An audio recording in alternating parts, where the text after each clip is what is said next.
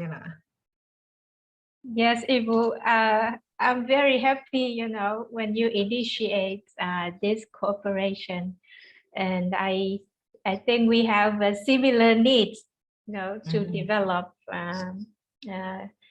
learning, teaching, cooperation, and internationalization too.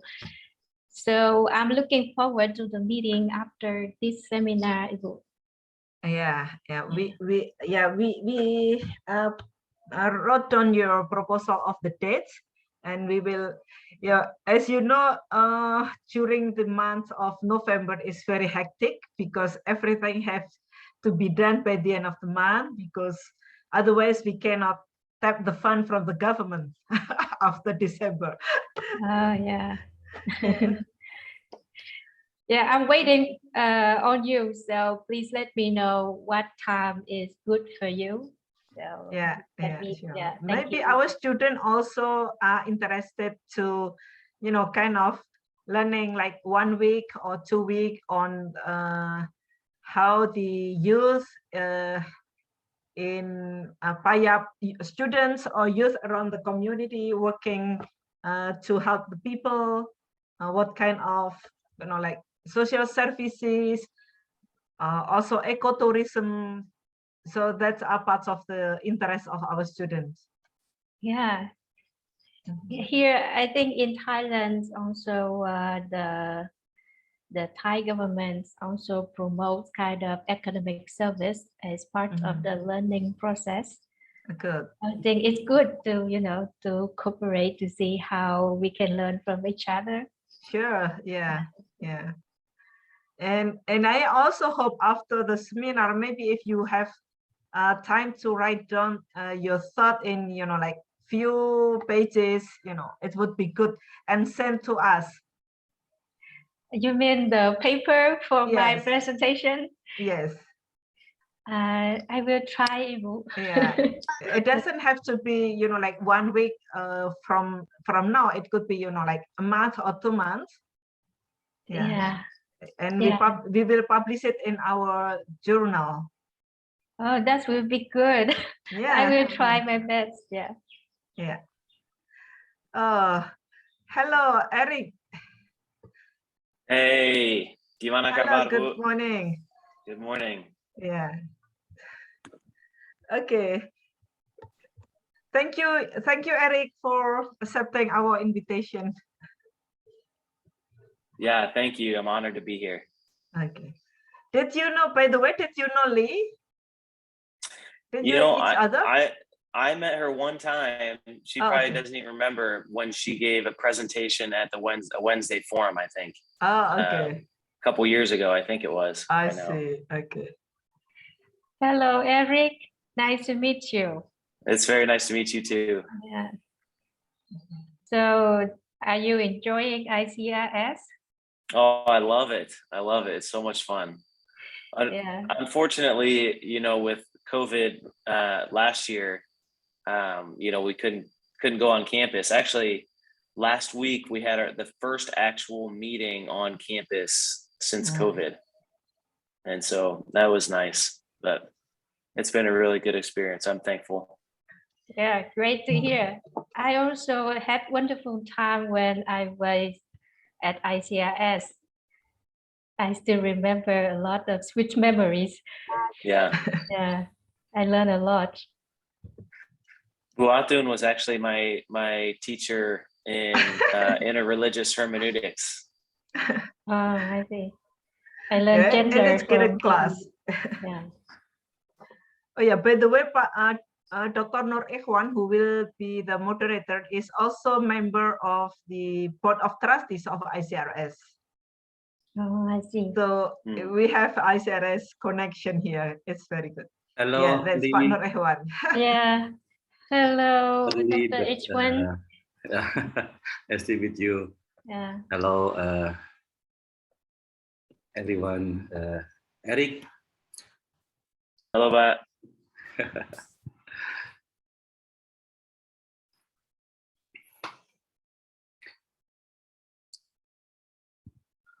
Not mistaken, Eric is the first year PhD student or the second year? I'm in my second year right now. So I'm finishing up my proposal, and then next semester we'll go out and do my research. Start my research. So yeah. You are working on Javanese prophet also?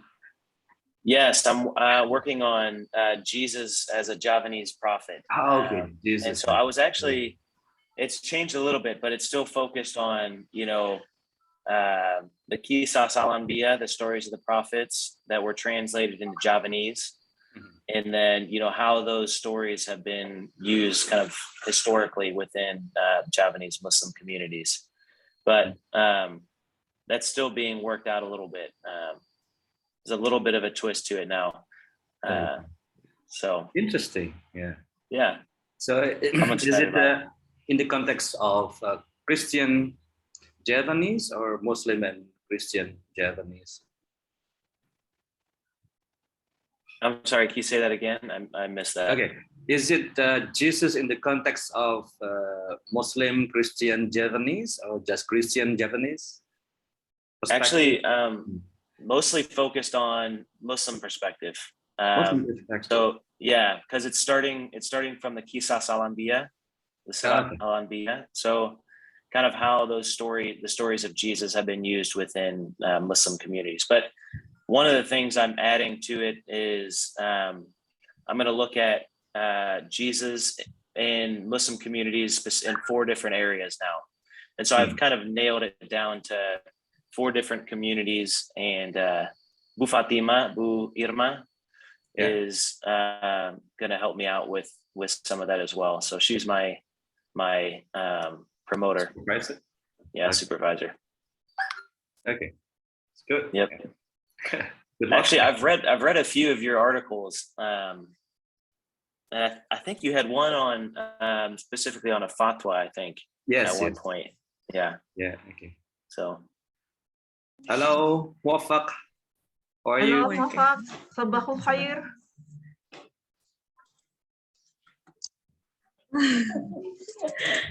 It must be very, very early in your place. Sorry. Okay, Pak Ichwan, Eric, and also Mrs. Lee and Mowafg, we will start our seminar soon. Okay, all right. Bismillahirrahmanirrahim. Assalamualaikum warahmatullahi wabarakatuh. Good morning, ladies and gentlemen. The Honorable Director of Sunan Kalijaga State Islamic University, Professor Dr. Pil Al-Makin, SAG, MA, Dean Faculty of Dakwah and Communication, Professor Dr. Hajah Marhumah, MPD, our distinguished invited speakers, all lecturers and staff of PMI, Islamic Community Development, from Faculty of Dakwah and Communication, UIN Sunan Kalijaga, and all the audience and participants. Welcome to PMI, Islamic Community Development International Seminar, Youth Initiative for Sustainable Life and Social Movement, Case Study in United States of America, Libya, Thailand, and Indonesia. Here I am, Halimatus Sa'diyah, as the host for today. And before we starting our agenda, let me explain the agenda schedule of the seminar. The first is the opening. The second is reciting Holy Quran. The third is the sing the national anthem, Indonesia Raya, and also hymn of Sunan Kalijaga State Islamic University. The fourth is welcoming speech. The fifth is the main session, and the last is closing. Ladies and gentlemen, the first agenda is the opening. Let's start our agenda today by reciting Basmalah together. Bismillahirrahmanirrahim. Before we go to the next agenda, let me explain first the rule of this seminar today. The first one, make sure that you have a stable network connection for your best experience, or otherwise you will be very often interrupted or automatically disconnected. Use your real name for your Zoom account display name, and it is suggested to change your Zoom display setting into speaker view in order to focus on what speaker are talking. Please make sure that your microphone is muted on the mute mode in order to not disturb this discussion. The host has the authority to mute the microphone of all participants. And the 5, you may write your question for the Q&A session at the chat room. Okay, ladies and gentlemen, the second agenda is reciting the Holy Quran that will be read by Riswanda Prastia, student of PMI, Faculty of Dakwah and Communication of Sunan Kalijaga State Islamic University. To Riswanda, the screen is yours. Bismillahirrahmanirrahim. Assalamualaikum warahmatullahi wabarakatuh.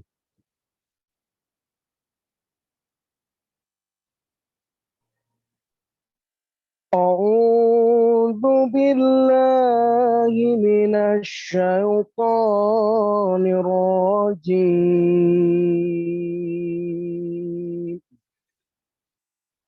Bismillahirrahmanirrahim. Hatta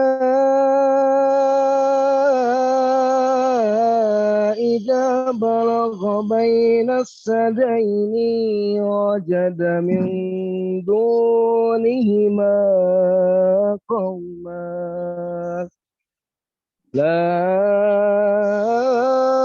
yakaduna yafqahuna qawlan qalu ya dal qarnaini inna ya'juj wa ma'juj inna ya'juj wa ma'juj mufsiduna fil ard فهل نجعل لك خرجا على أن تجعل بيننا وبينهم سدا قال ما مكني في ربي خير فإنوني بقوة أجعل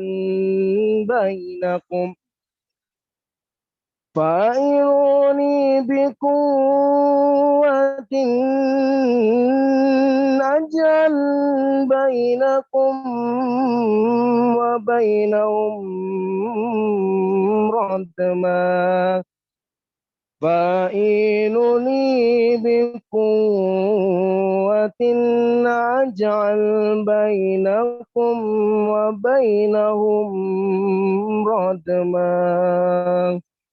صدق الله العظيم. Wassalamualaikum warahmatullahi wabarakatuh.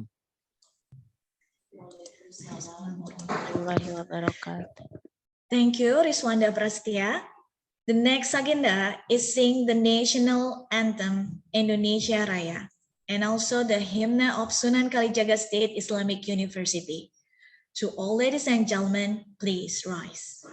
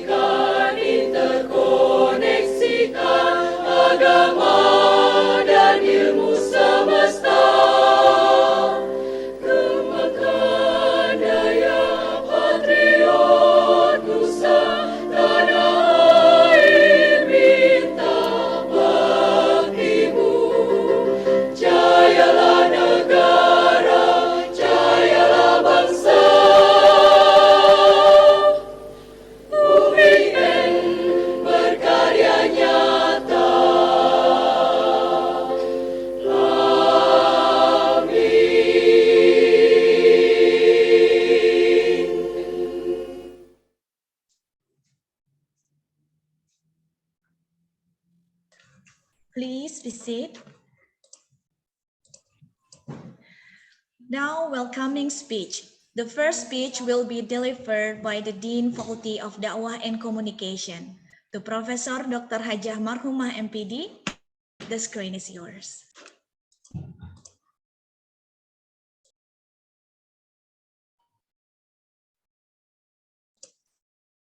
Yeah, thank you, Mbak.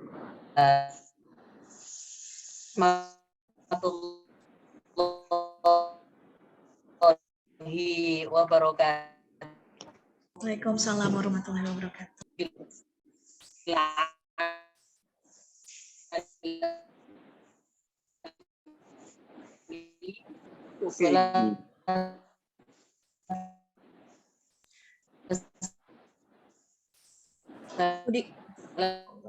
Dijaga Profesor Dr. Pil Almakin, Honorable our special speaker in this seminar, Bapak Abellia Anggi Wardani, Ph.D, Graduate School of Humanities, Tilburg University Netherlands, Bapak Erik Goblens, Indonesian Consortium for Religious Studies Gajah Mada University, Bapak Mowafg Abrahem Masuwd, ya, from University of Zawia Libya, Professor Ling, Ph.D. from Payap University Thailand. Also here, senior lecturer Ibu Samsiatun, Bapak Nur Ichwan, ya, and also Pak Zuhud. Respectable all audience, ladies and gentlemen. Alhamdulillahirabbil alamin. First, praises and thank always to give to our God, the most merciful and the powerful, who has given us a lot of mercies and blessings, so we can together and conduct this activity online amid the COVID-19 pandemic.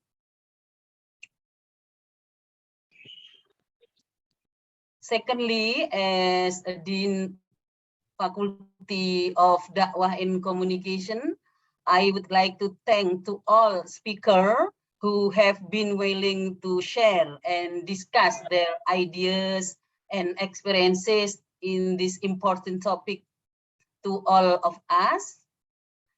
My thanks also goes to all committees here, yeah, of this international seminar, particularly to Ibu Aminah, Head of Department of Islamic Community Development, PMI, and also all the committee.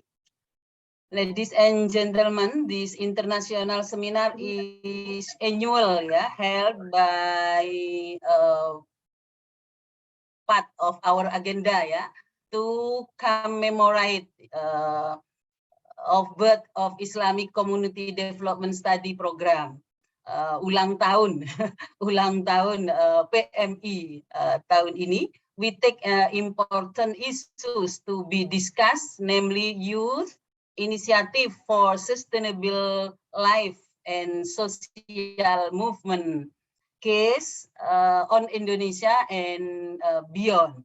Before we discuss the topic, the purpose conducted this international seminar is to provide more nuanced and globalized knowledge and understanding for students as a manifestation of our internalization program, I think.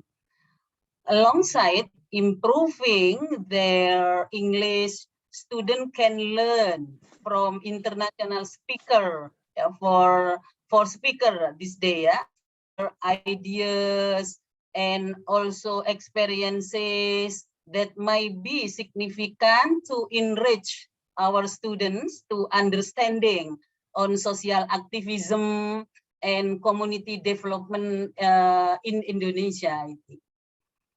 Our today topic is also important, discuss the relation between youth, sustainable life and community development by studying the case from Indonesia and also from the another countries.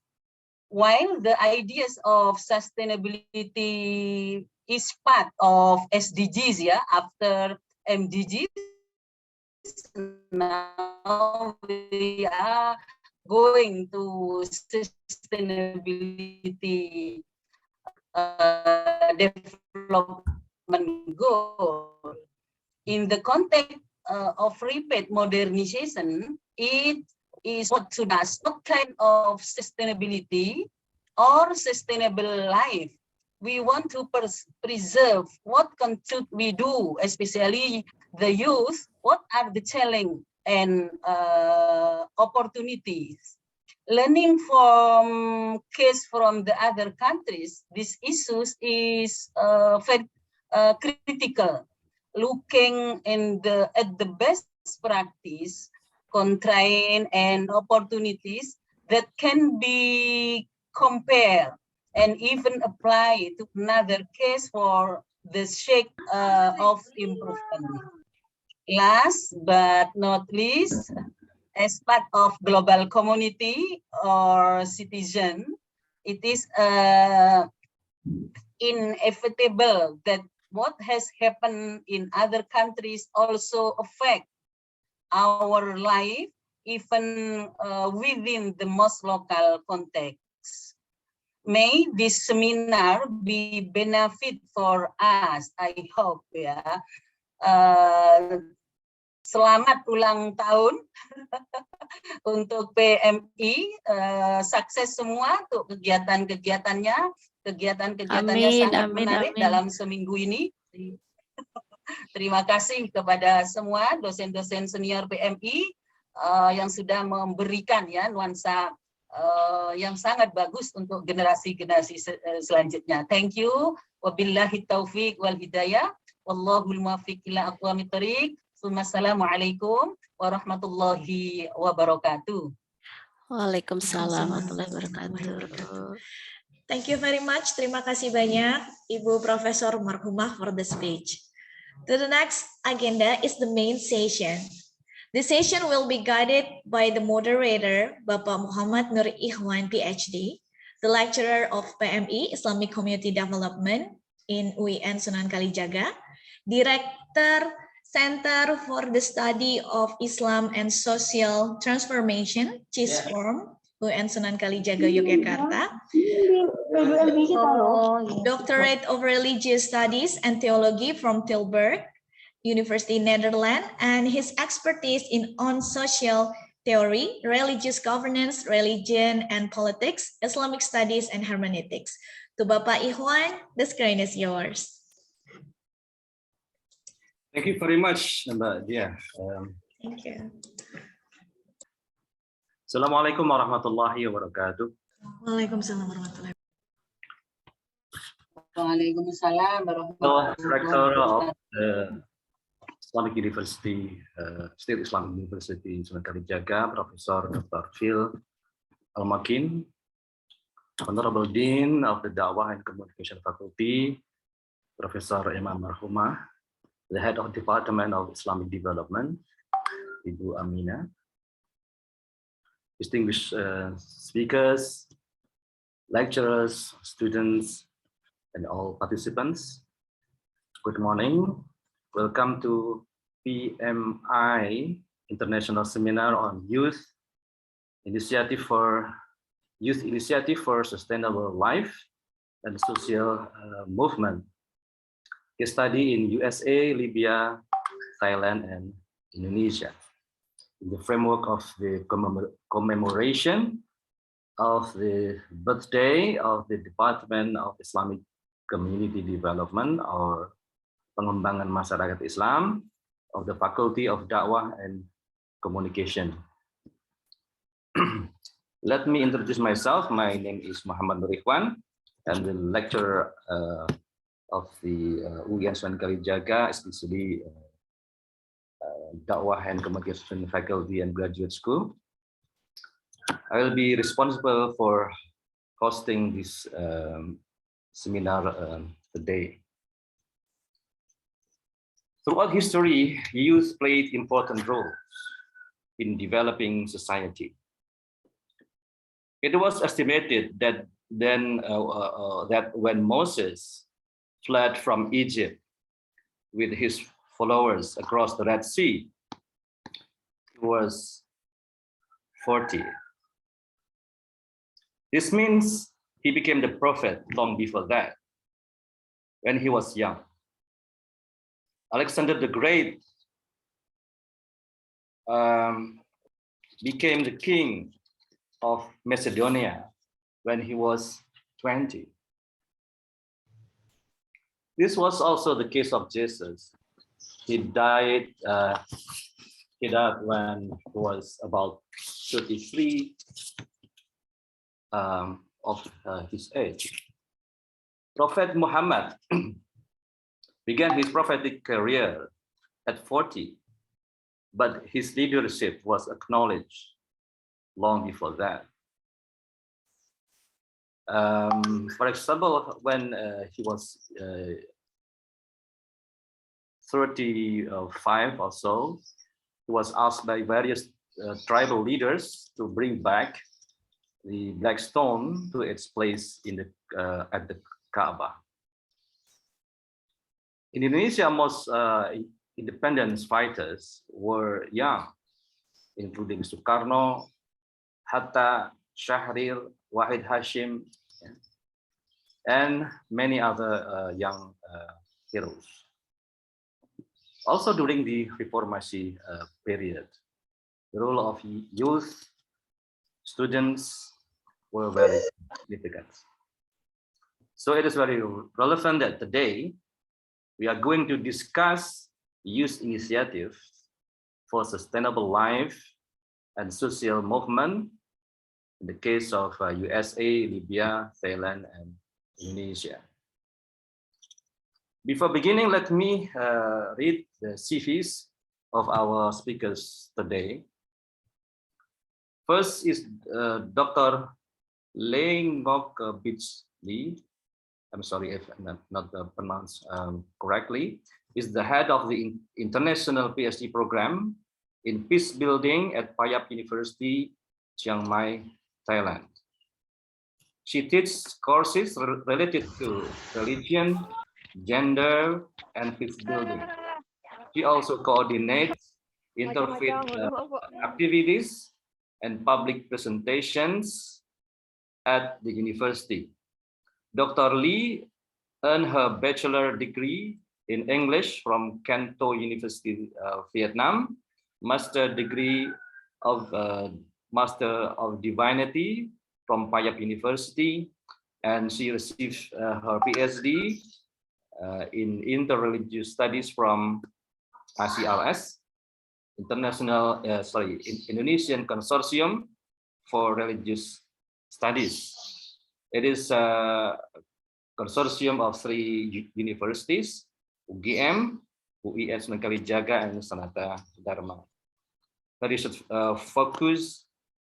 research focuses on gender issues in religion, interfaith dialogue, and peace building.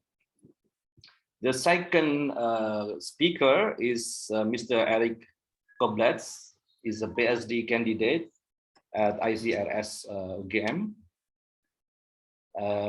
I just want to read his CV at ICRS website. Eric's current research project, Jesus, the Japanese Prophet, is seeking to discover the ways in which Japanese Muslim communities have historically found meaning in the stories of Jesus, beginning with the Japanese translation of Qisas al-Anbiya in 1859 through the contemporary period. Eric completed a BSBA and a Master of Divinity with a focus on New Testament studies.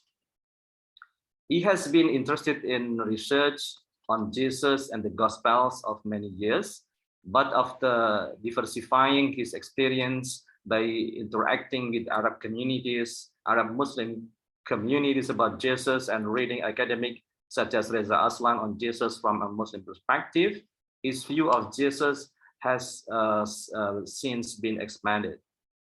Eric is also interested in social theories, Islamic thought, Japanese culture, and interreligious dialogue. Our third speaker is Dr. Mowafg Abrahem Masuwd. Currently, he works at the Department of English, University of Zawia, Libya. He received his Ph.D. from the ICRS too. So we have 3 ICRS, affiliated scholars here. His dissertation, if not mistaken, is about Ya'juj and Ma'juj. The fourth speaker, Dr. Abellia Anggi Wardani. I know that Dr. Abellia got her Ph.D. From Tilburg University, the Netherlands. It is also my university. I graduated from Tilburg in 2006. But I just know that we actually have similar supervisor, Professor Herman Peck. Yeah.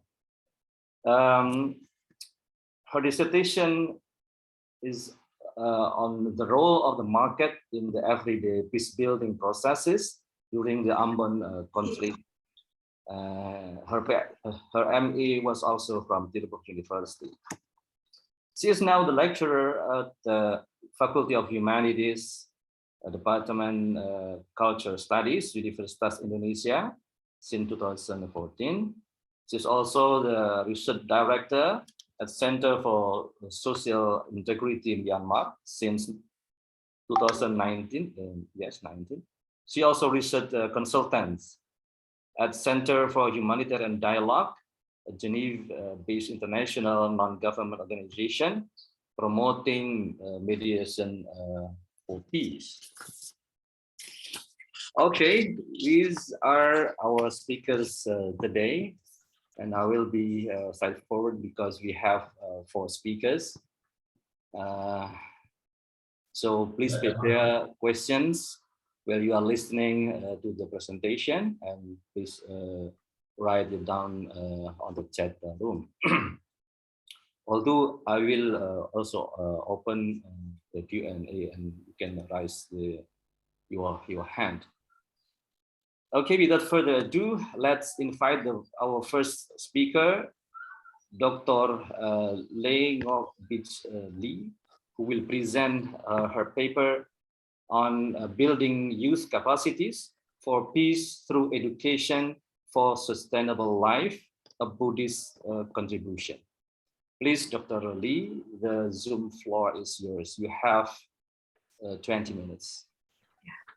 Thank you very much, Pak Ichwan. Good morning, professors, friends, respected audience, ladies and gentlemen. So it's my honor to present my paper this morning to participate in the seminar. May I share my PowerPoint, please? Sure.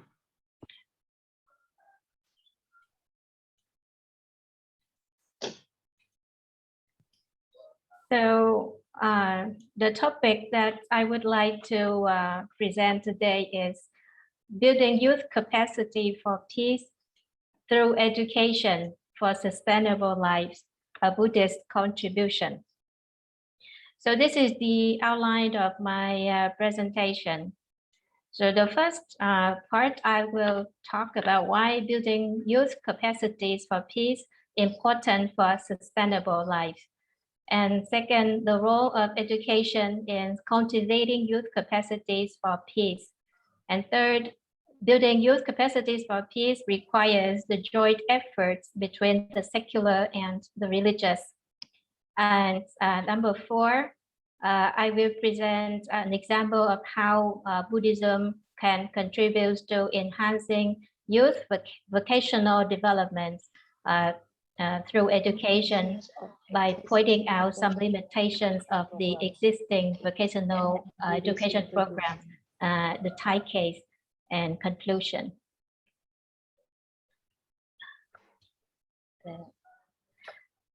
So why building youth capacities for peace is important for sustainable life? It is because we are living in a problematic world which has never ceased to have conflict and violence at different levels. And can everyone hear me? Yes. Yes. Yes, we can. Yeah, thank you. So in order to have a sustainable life, it requires that each of us has the capacity for resolving conflicts and building desired future of peace. And this is one of the goals of the United Nations for Youth Development in 2015. And currently, there are around 600 million young people living in fragile and conflict-affected contexts. Youth are diverse, and they play a significant role in peace building. However, their efforts are not recognized, and there is a lack of investments. So since 2015, the United Nations has issued a resolution to recognize youth role in peace building, the need for empowering youth capacities for peace and their inclusion in all levels of peace building. What does this mean, building youth capacities for peace? There is no systematic definition of youth capacities for peace. In my research, I see that this definition depends on the specific goals of peace building in each context. Based on the goals and also the context that the capacities are identified. But here's, I just give an example I based on the works of Lopez Cardozo. In 2015, she and her team studied around 162 studies of education initiatives for the youth agency for peace around the world. And they classify capacities into 3 categories: knowledge, skills, and attitudes in 3 areas: economic, social, political, and social cultural, to move towards social justice and positive peace, especially in post-conflict setting. This is just one understanding of youth capacities for peace. And the role of education in cultivating youth capacities for peace. This is a recent developing area of practice and research. So there is very little literature existed. Studies of education initiatives, both formal and non-formal types around the world, show that these programs have positive impacts in 3 areas. For example, in economic, education programs such as vocational and technical training programs can contribute to building youth vocational skills, and as a result can build their confidence when they have job and income, and their self-esteem. They become more responsible for their family well-being, and they become more active members of their community. In area of social political programs, education programs for youth can build their knowledge of democracy, citizenship, social justice, human rights, their critical thinking, advocacy, and networking capacity. In social cultural, such programs can also build their communication skills, conflict resolution skills, trust, empathy, mutual understanding across social divisions, trauma relief, etc. Why building youth capacities for peace requires the joint efforts between secular and the religious. in peace building, mainstream peace building, religion is very much marginalized because of the historical legacy that religion participated or created a lot of violent conflicts in the past, especially in Western countries. So religion has been marginalized and very much suspected when they participate in peace building. In education, if we observe around the world, we can see that religious education and secular education are separated in many parts of the world. And in some places, religious education is even marginalized, undervalued, and suspected as contributor to violence and conflict. However, we also see that religion has proven to be a resource for peace. Religious education contributes to shaping ethical, spiritual foundation for society and human cultivation around the world. So today I will single out one example how when we bring together religious and secular sources of knowledge and wisdom, we can enhance the task of educating youth capacities for peace. I take the case of vocational development and how Buddhism can enhance vocational training program. I take Thailand as an example for comparison. So this is the framework I constructed based on my study of the Buddhist scripture, the Sutta Pitaka, and the literature review of two studies of vocational education in Thailand from Suryasan and Resurrection and Parade and Sindechara. These two studies I chose because the first study focused on gender aspect of vocational training, and they cover provinces in mostly on northern part in the south where women are likely to be disadvantaged in 7 provinces.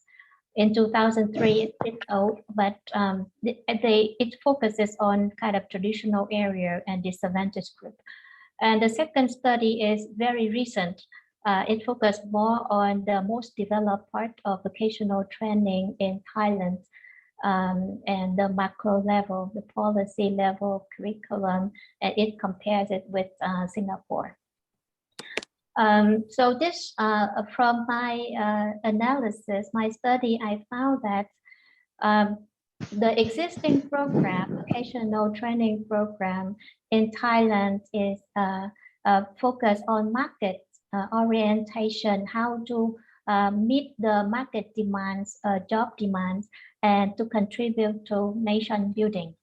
While Buddhist contribution, Buddhist framework is more into cultivation of whole person towards morally economic success, harmonious life, virtue, wisdom, and liberation. And when in the Buddhist framework is more comprehensive, I found out I divide it into 8 steps.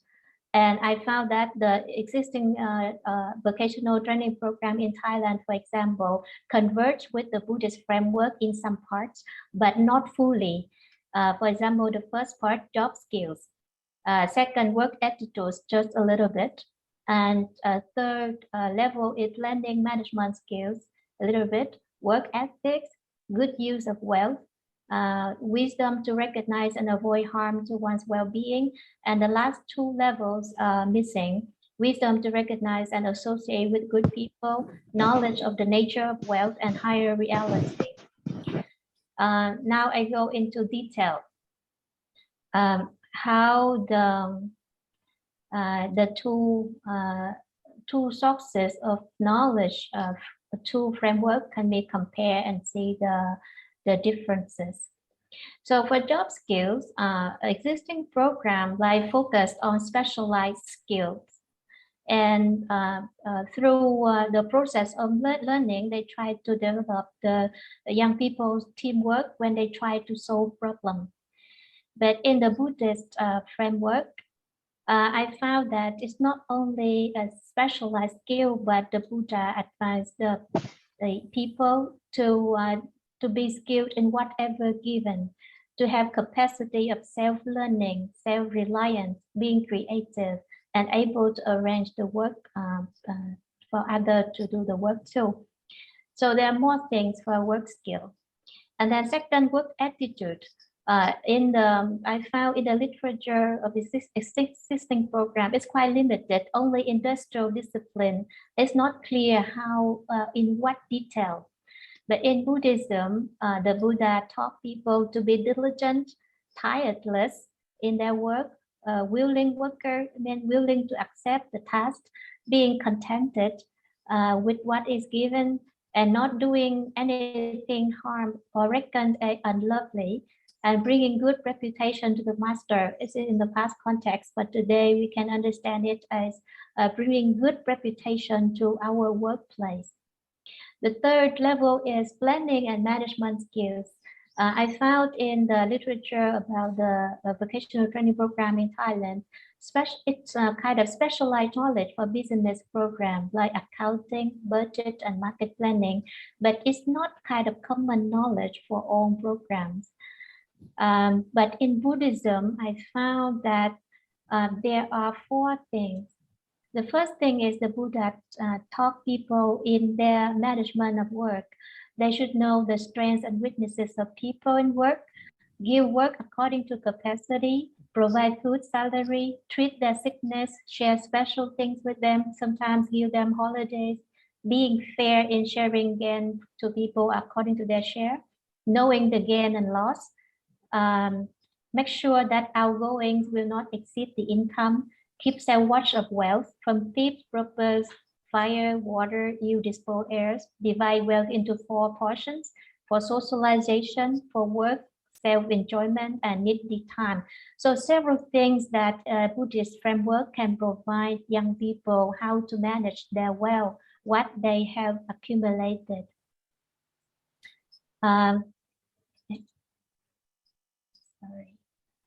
Now, the next level is work ethics.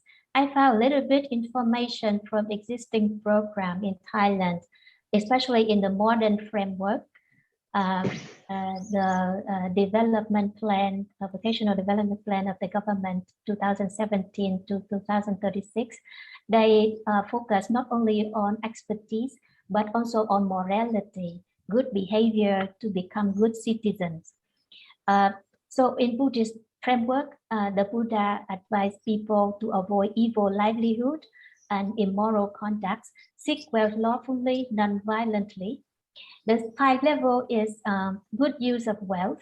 I found in the Thai framework to teach the young people to use their wealth to benefit themselves, but also to help others, society, and the public.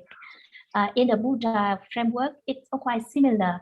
So benefit oneself, others from near to far, and do meritorious deeds, and living an even life that means not too extravagant nor stingy. And the 6th level is wisdom to avoid harms to one's well-being. I found in Thai framework some knowledge that they educate young people about how to protect oneself from harm, personal safety, self-defense, like sexual harassment, for example, HIV/AIDS, drug prevention. So this is their concern. But in the Buddhist framework, there are 2 things. Not only the harms from the Buddha listed out 6 channels, addicted to intoxicating liquors, frequenting streets at unseemly hours, haunting fairs, gambling, have evil companions or bad friends, habit of idleness or laziness, looseness with women or men. And the 4 types of bad friends: greedy friend, friend of works not deeds, a flatterer, a fellow waster companion. So choosing friends is important in Buddhist framework for one's development and welfare. The last two, number 7, wisdom to associate with good friends. I cannot find data from existing Thai framework, but in Buddhist framework, the Buddha advised young people to discern and associate with 4 types of good friends. A friend who is a helper, a loyal friend in happiness and adversity, friend of good counsel, and friend who sympathizes. So these types of friends are good companions in life, in work.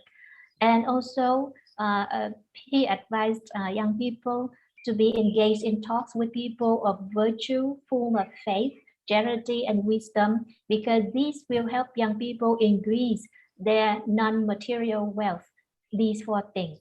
And lastly, am I time's up? No, you still have time. Yeah, so the last level in the framework is knowing the nature of wealth and higher realities. There is no such thing, I think, in the vocational training program existing. But in Buddhist framework, the Buddha see this as important for long-term happiness of a person, because first, wealth has its own attraction, but also its danger.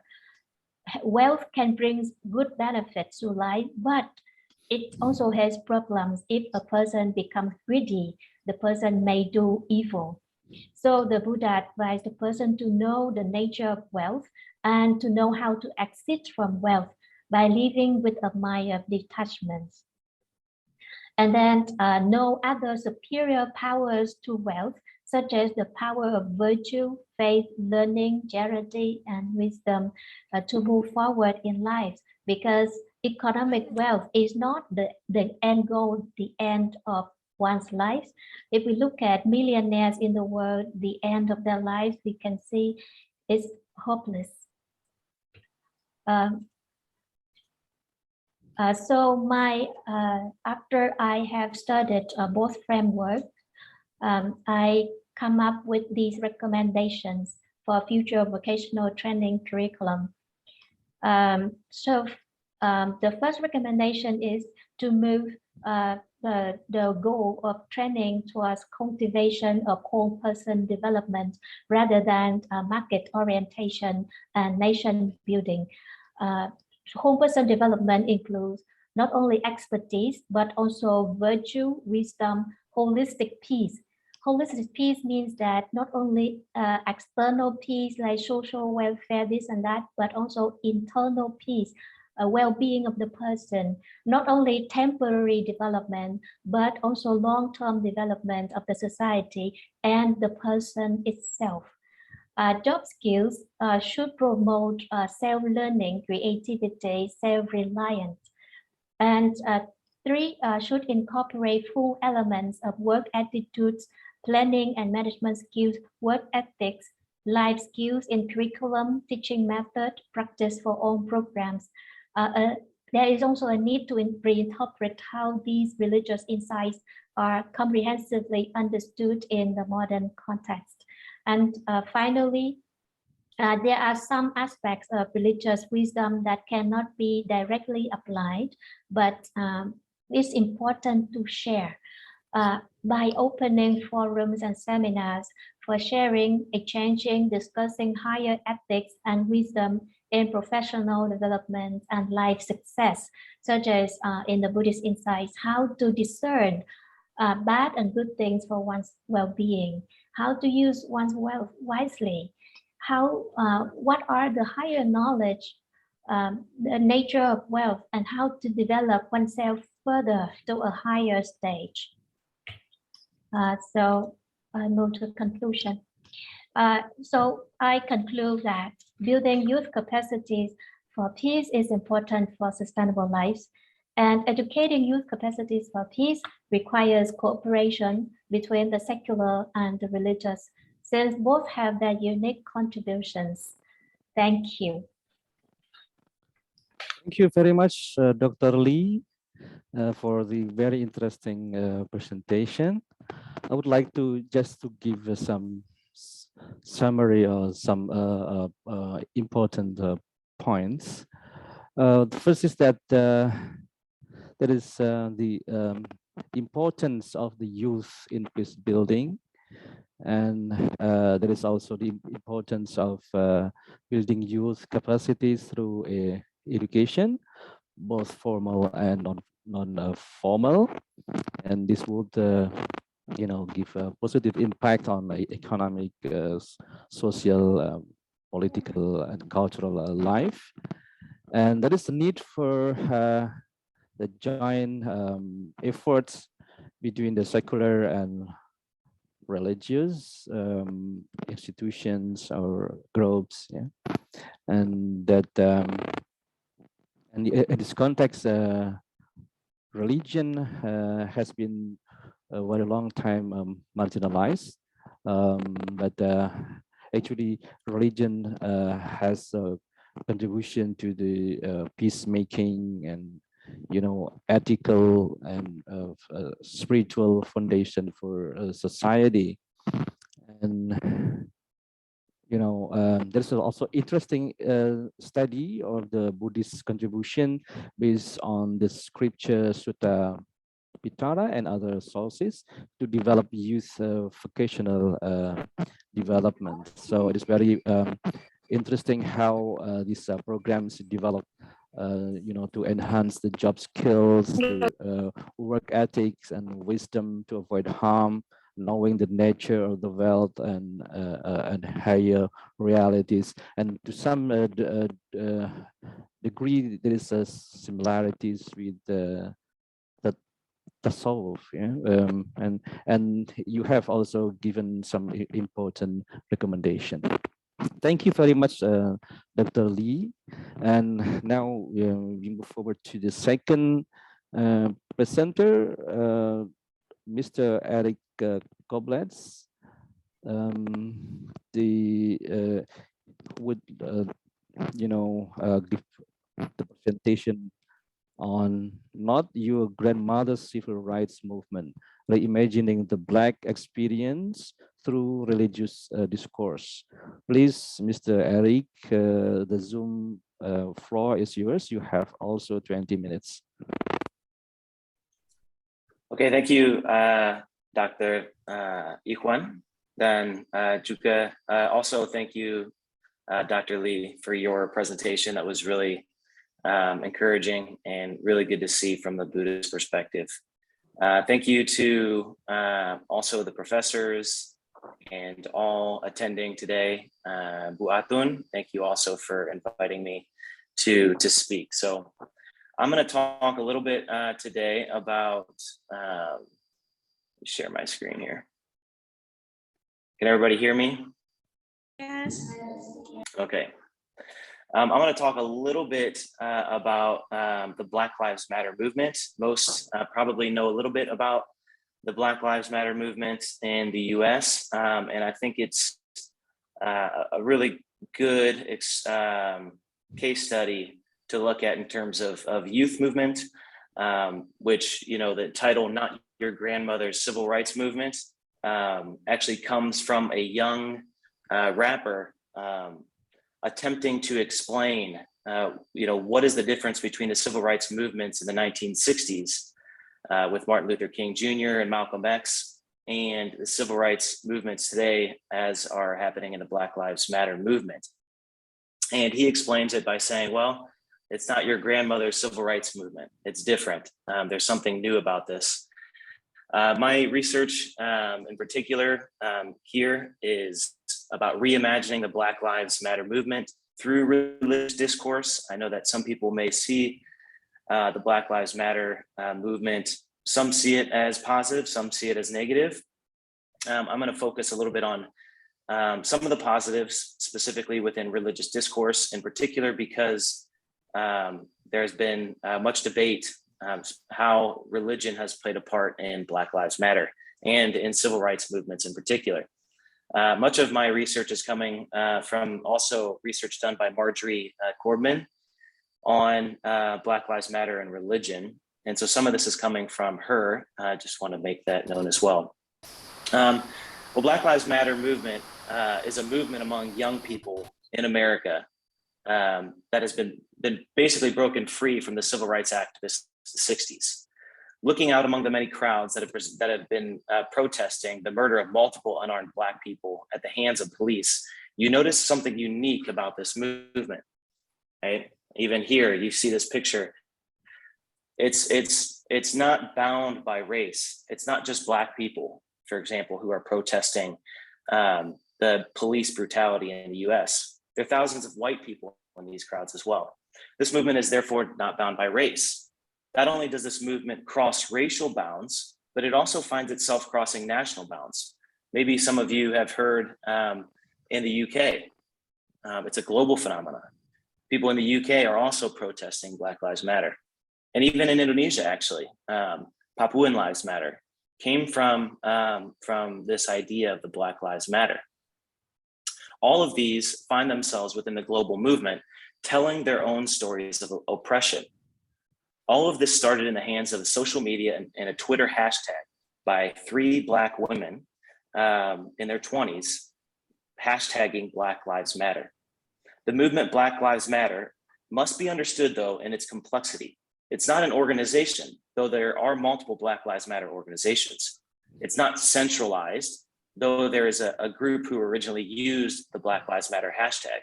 In other words, this movement is not something that is being controlled by a small group of people. However, there are opposing opinions on the movement and therefore opposing discourses. Within the opposing movement are both white and Black people alike, actually, who though agree with the fact that Black lives do matter, though I admit that some do not, but do not support the ideological outcomes that have come from it, such as wokeism and cancel culture. I don't know if you've heard those ideas. I'm not going to get to today, but in fact, John McWhorter is a Black professor at Columbia University and says that while he clearly supports civil rights movements, the ideological outcomes of the cancel culture have in fact created a religion in and of itself, whereby those who do not agree with the ideologies of this movement and use certain languages are then canceled and cast out of the group. Yeah. But what does religion have to do actually with Black Lives Matter? Elmeda Wright argues that while we assume that the civil rights movements of the 60s is connected to religion due to Dr. Martin Luther King Jr.'s Christian nonviolent protests and Malcolm X's Muslim background with the Black Power movement, in fact, the relationship between civil rights movement and religion is far more complicated than we think, sometimes even antagonistic towards each other. However, she argues that Black youth in America, despite the difficult relationships between the two, are actively engaged in drawing connections between faith and activism. Scholars such as Jay Kressler, however, he's a religious scholar, point out that there are immense similarities of the Black Lives Matter movement to the Black Power movement in the 60s, which was a bit more secular in form, and therefore are not inherently religious. Since the rise of the Black Power movement, we have come to realize, according to Kressler, in the vein of the Black Power movement, differing from Martin Luther King Jr.'s nonviolent movement, that in fact religion itself has been complicit in white supremacy in the US. This presentation then seeks to analyze the discourse around the Black Lives Matter movement in the United States and in relationship to religious groups, specifically that of Christian and Muslim background. Therefore, I'm going to take 4 cases, 2 Christian sermons and 2 Muslim khutbahs, and analyze them through the lens of discourse analysis, which I'll get to here in a minute. The confrontational tone of the Black Lives Matter movement, which some of you may have seen with the riots and burning down of trash cans and tires and different things on the streets. You may have seen pictures of that. Though that is a part of maybe some of the anger coming from this frustration within the African-American community about not being heard, that does not make up the entirety of the movement itself. And the confrontational tone of the Black Lives Matter movement, which some people may see, is rooted in the empathetic response to the suffering and death of countless unarmed Black folks in the hands of police this has been expressed within multiple faith communities.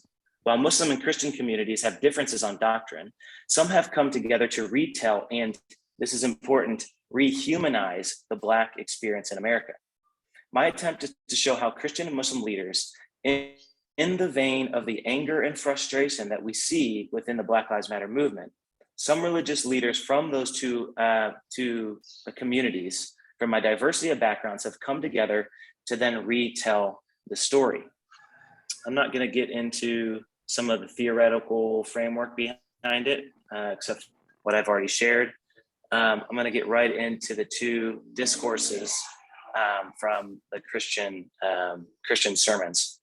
The two Christian sermons examined in this section were preached by David Platt. He's an author and senior pastor at McLean Bible Church in Washington, D.C., and Dr. Gregory Boyd. He's a theologian and author and a senior pastor at Woodland Hills Church in St. Paul, Minnesota. David Platt's sermon was delivered at a conservative, evangelical, and apparently predominantly white group of Reformed pastors at a Together for the Gospel conference. That context is important to keep in mind. The second sermon was preached by Dr. Gregory Boyd at Woodland Hills Church in St. Paul, Minnesota, the Sunday after the murder of George Floyd by Derek Michael Chauvin, who is the police officer who had his knee on George Floyd's neck. I'm sure most of you have heard. This congregation is a racially diverse crowd, and it is famously known for its Anabaptist, pacifistic, meaning nonviolent stance on religion and society. David Platt, we'll start with David Platt's sermon in particular. David Platt's sermon was entitled, "Let Justice Roll Down Like Waters, Racism and Our Need for Repentance." David Platt's sermon focuses on the church's role in racial justice and reconciliation from the well-known passage from Amos 5:18-27, which calls for the justice of God to be rolled down on the unjust. Keep in mind the context of the sermon. He is speaking to a bunch of white pastors at a conservative Christian conference. He starts off his sermon almost in tears, saying, "I have failed to act as I ought on the issues of racism. And God has opened up my eyes to blind spots in my life and leadership or lack thereof in the church on this issue." Could this be the influence of Black Lives Matter? I think it possibly could be. While David is clearly having a come to Jesus moment, he continued to go back to claiming that he has a lot to learn on the topic and, quote, "Please show me grace." One must wonder where the need to continually come back to this is coming from. What kind of pressures is he experiencing? Where is the pressure coming from? Is it coming from the fear of the backlash from his own community? Is it coming from the fear of sounding racist, possibly due to the Black Lives Matter push? He later established one of his points then by giving a caveat to his understanding. David Platt makes a connection from the sin of the people of Israel in the book of Amos as to their unwillingness to do anything about the injustices being done around them. He says, "Stop eagerly anticipating future salvation while presently denying current sin." God's people were indulging in worship while they were ignoring injustice. He continues to call the church leaders that are listening to him to be slow to speak and on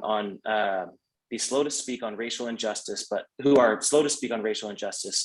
but he makes the caveat by saying, "I'm not trying to say, that this is the only form of social injustice," right? He's making that kind of claim background so that to maybe stave off some of that pressure.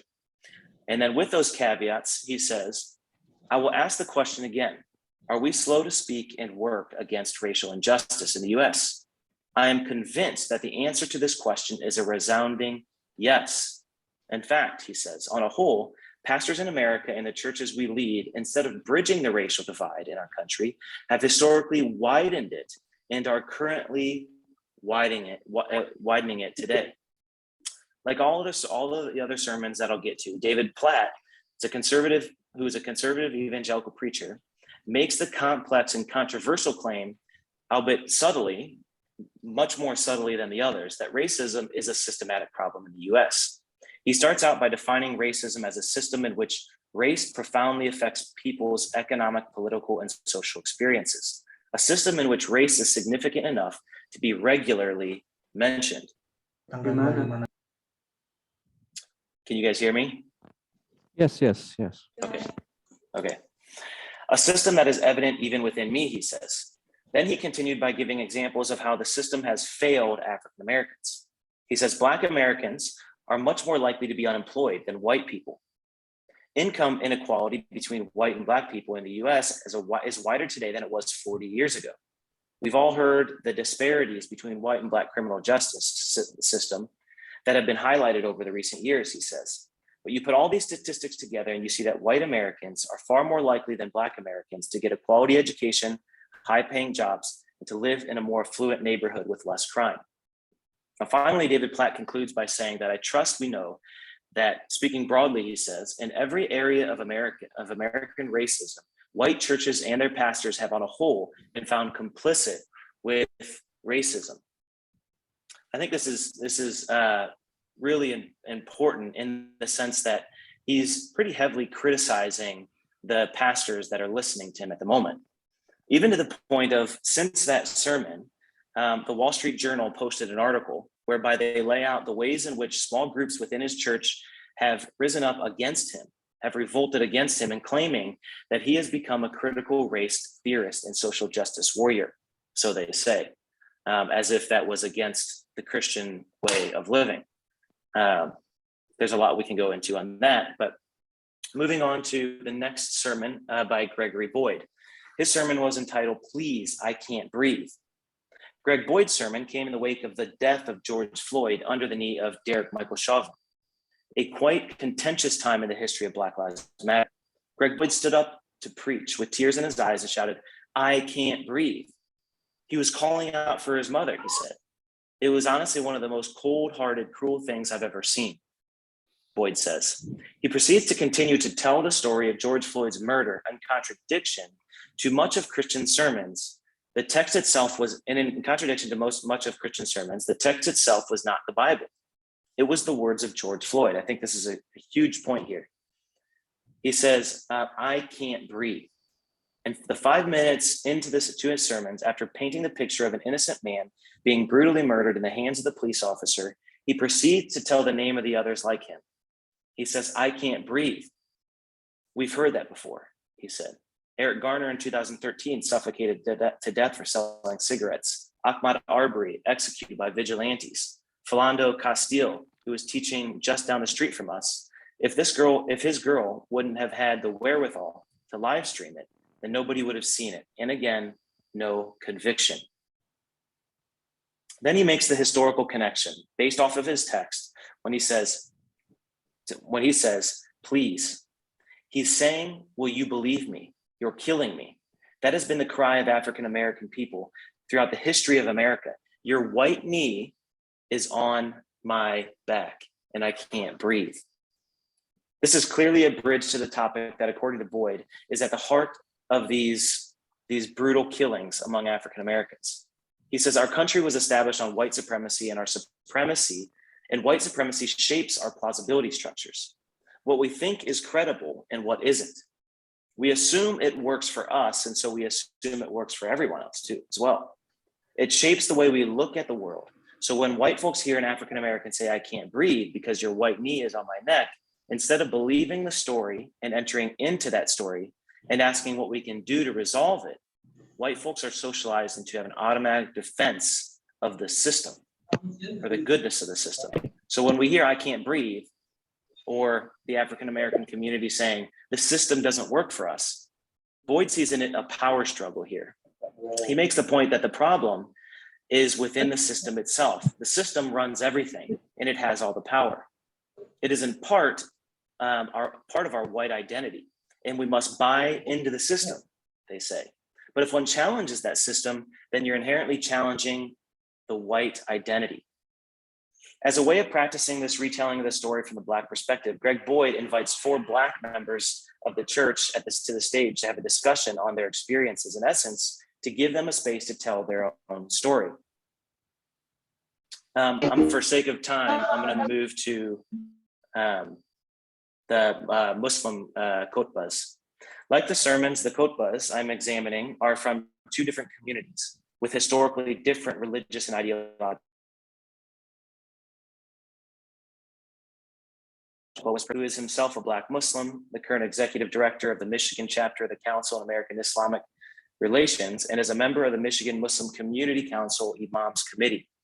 His khutbah was preached at the Masjid As-Salam in Detroit. The second sermon is by Haja Abrafi Sanyika, who is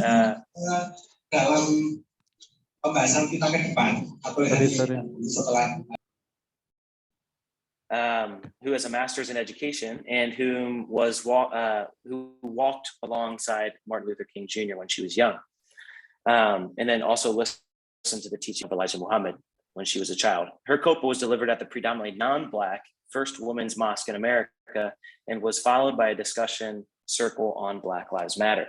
Dawud Walid's sermon in particular, we'll start with his, was much like Boyd's sermon, but he uses the Prophet Muhammad, peace be upon him, as articulated by the traditional sources of Sunni Islam to make his argument about the cosmic fight against oppression.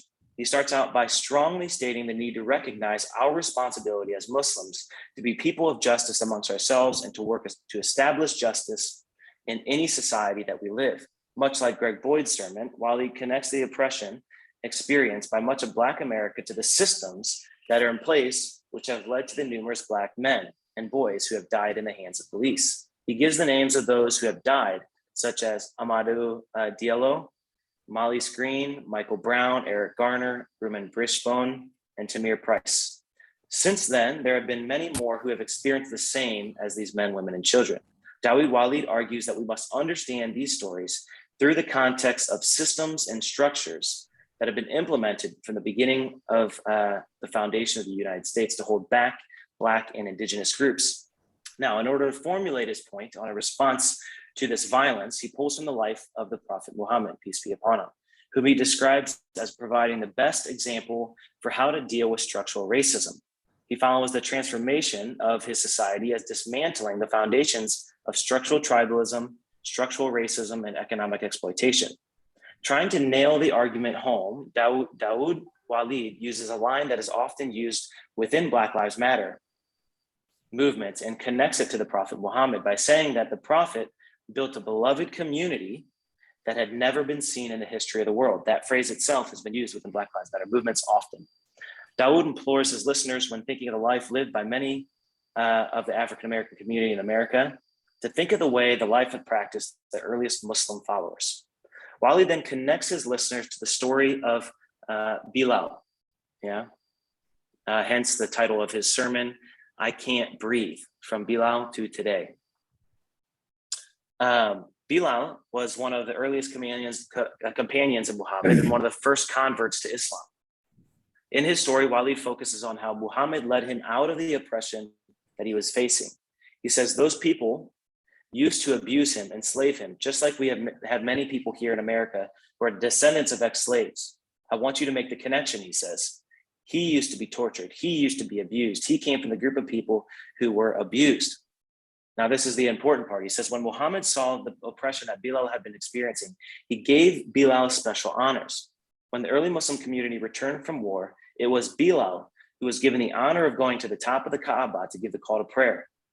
He says, think of what the Kaaba represents, the center of life, the center of commerce, the center of the pilgrimage for all the Arabs. And this man was once put down, is seen to be nothing but trash, tortured, owned, got on top of the most prestigious place for the Arabs and called the Adhan. For Wali, Bilal on top of the Kaaba represents restorative justice. The last sermon, and I'll go quick here and finish up, Haja Abrafi Sanyika, Standing on Truth, Stepping on Truth. She makes the claim, there is only one God and one message for human life in ancient Africa, she says. Why do I bring this up? Because truth has been hidden to promote Western civilization and culture. Again, she points to the structures of Western civilization and culture. And she said those structures have worked together to silence the stories of ancient Africa. She states that this is a deliberate agenda to discredit Africa and is at the source of all the trauma that we are experiencing in the presently experiencing. And then she says, with the past 500 years of brutal enslavement of African people, the society has come to the brink of genocide. And that is what has caused what has caused the Black Lives Matter movement. I submit to you that we, all of us, have an obligation to tell the truth, and I submit that we as women may well be the vanguard to right this wrong. Why, she says? Because Black Lives Matter. Now, in conclusion, these sermons and these khutbahs each express an interest in trying to reshape the discourse on race in America. Each of these individual sermons and khutbahs are drawing from diversity of contents in which we have historically been shaped. For example, the Nation of Islam, Malcolm X, and Martin Luther King Jr. in the nonviolent protests for Black American freedom among Anabaptist churches. However, each of these are working from a shared religious outlook rooted in fighting against the struggle against anti-Black racism. And in each one of these sermons, it should be noted that there is an expression of grief, sadness, anger, and pain. This is an attempt to rehumanize the experience. Together, these sermons weave together a homiletic picture of spiritual practices grounded in cursing white supremacy in David Platt's sermon, screaming in agony with George Floyd in Boyd's sermon, exposing the lies of anti-Blackness in Sanika's sermon, and also claiming the oppressed one's right to the central place of prayer from Walid's sermon. Despite the social pressures that surrounded each one of these sermons and khutbahs, each share a commitment to rehumanize the Black story in the US. And that's my presentation. Okay, thank you very much, Mr. Eric Combrats, for the very stimulating presentation. Allow me to give a short, summary in bahasa Indonesia.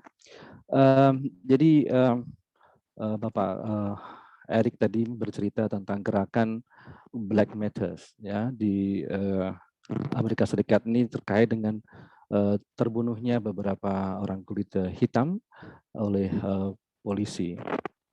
Yang sebenarnya di dalam gerakan Black Matters ini ada banyak gerakan dan di dalamnya juga ada variasi-variasi dan juga perbedaan di dalamnya. Nah, gerakan-gerakan ini dikaitkan tidak bisa dikaitkan secara otomatis dengan gerakan yang kulit hitam sebelumnya, misalnya yang dipimpin oleh Dr. Martin Luther Jr. atau Malcolm X, yang itu memang sangat kental hubungannya dengan agama.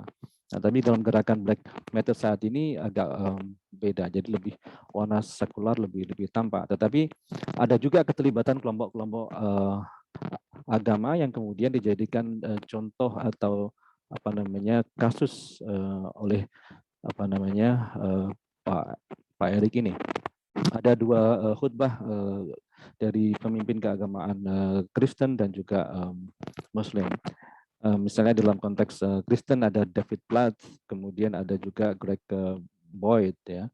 Yang David Platt ini mengatakan semoga keadilan mengalir seperti air ya. Kemudian juga dia juga mengutuk rasisme sebagai sebuah sistem ya, yang itu kemudian mempengaruhi ekonomi, politik, kehidupan sosial gitu.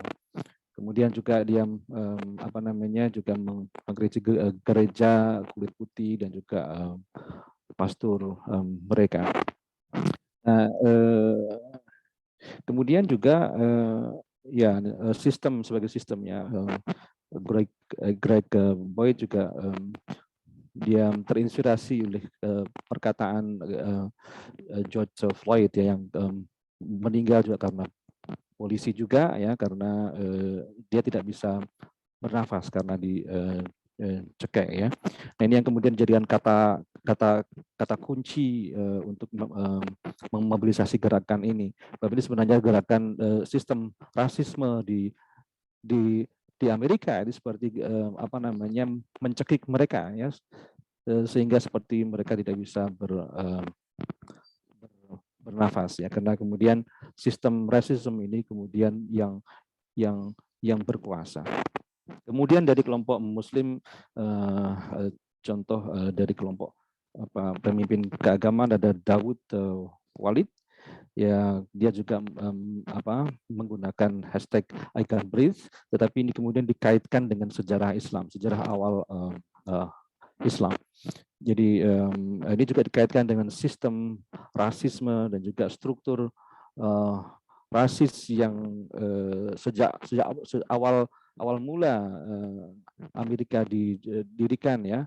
Ini dikaitkan dengan masyarakat pribumi pada saat itu, dan ini dikaitkan dengan cerita atau kisah awal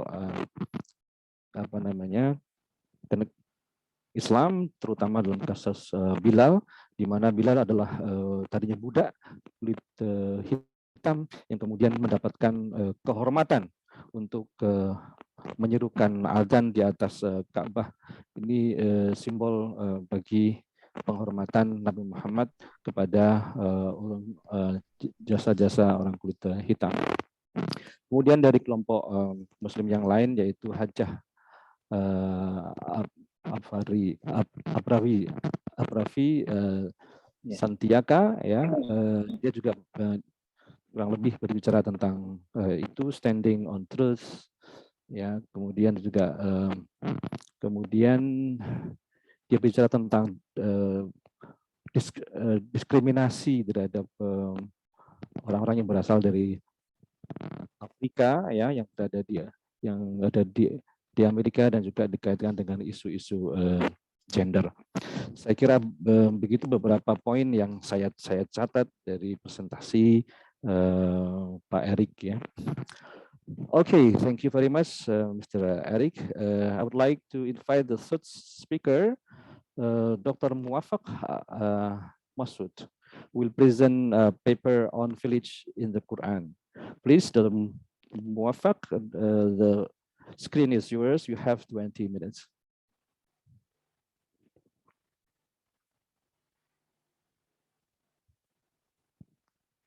Dr. Muafa? Yeah, Assalamualaikum warahmatullahi wabarakatuh. Waalaikumsalam warahmatullahi wabarakatuh. Yeah, thank you very much for inviting me to talk about one of the most important topics, not just in Indonesia, but also in Libya. We have the issue of youth and the new generation time of the conflict. So I just start my screen.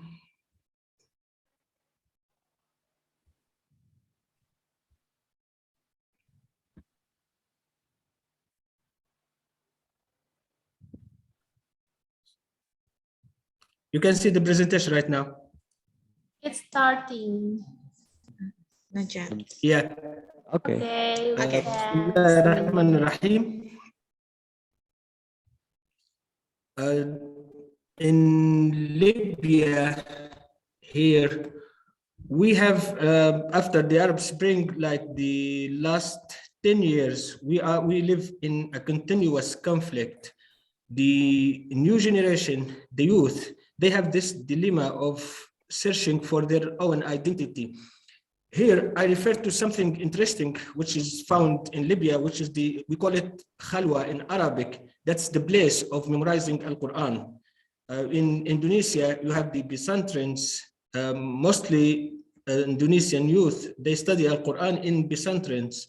In Libya, we have this, like it's a specific location located in every masjid used to memorize Al-Quran, and we use it to build our community here. This is the most effective place to study Islam and Al-Quran. I start my presentation with the talking general topic about the villages in the Quran. We know the difference between village and city. It seems that most of the Arabic countries located, especially before 1,400 years ago, mostly they are villages, not cities. They are not like Persia at that time. They are not like Roman civilization. So they live just in small communities scattered around the desert. So the word village, qarya, in the Quran is mentioned 57 times. mostly they are small communities where people, they have strong relations with each other. They are, we can say they have just one opinion. They follow one leader. It's completely different from big cities where you have different opinions, you have different ideas. In the Quran, we have nearly all the verses in the Quran which refers to village talks about either warning or call, da'wah, these villages to accept Islam.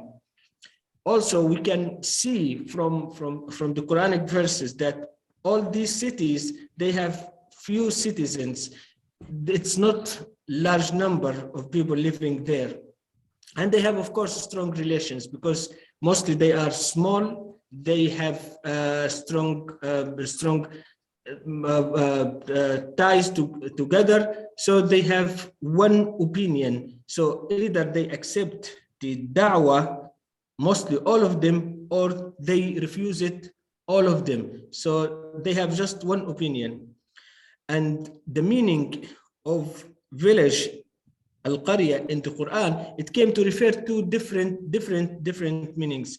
Sometimes it refers to community, a general community without specifications. So we have to find which is this qarya, which mentioned in the Quran, where is that place? And in some cases, we can distinguish the name of the qarya, like sometimes it's Mecca, sometimes it's Antalya in Turkey, sometimes it's Jerusalem, also referred to as qarya. Sodom and Gomorrah, also referred to as qarya. Nivina, it's Nainawa in Iraq right now. It's the place of Nabi Jonah. Yunus, also referred to as Al-Qarya in the Quran. Egypt, also referred to as Al-Qarya. So we can see, it's like Egypt is a very big country right now, but in the Quran at that time, during the time of Nabi Musa and Nabi Yusuf, referred to as Qarya. So this is the Quranic way to refer to people living in the desert as a small community, using the word Al-Qarya. We have in Libya, actually, mostly it's villages. Even when we talk about big cities like Tripoli, it's not big according to international standards, because here in Libya, we have just 7 millions, the total number of population, 7 millions. In the capital, less than 2 millions. The others, they are scattered around the country in small villages. So this is like in this picture, we have few people living in agricultural community somewhere in the desert. The distance between villages, mostly they are far away from each other. So it's, especially before we use cars, it's very difficult to move from one village to another. So every village, it's like separated community from the others. In Libya, we have mostly the village, it's from the same tribe. The citizens, they are from the same tribe, or you can find 2 or 3 tribes living in one village. A tribe here means they are descendants from one person.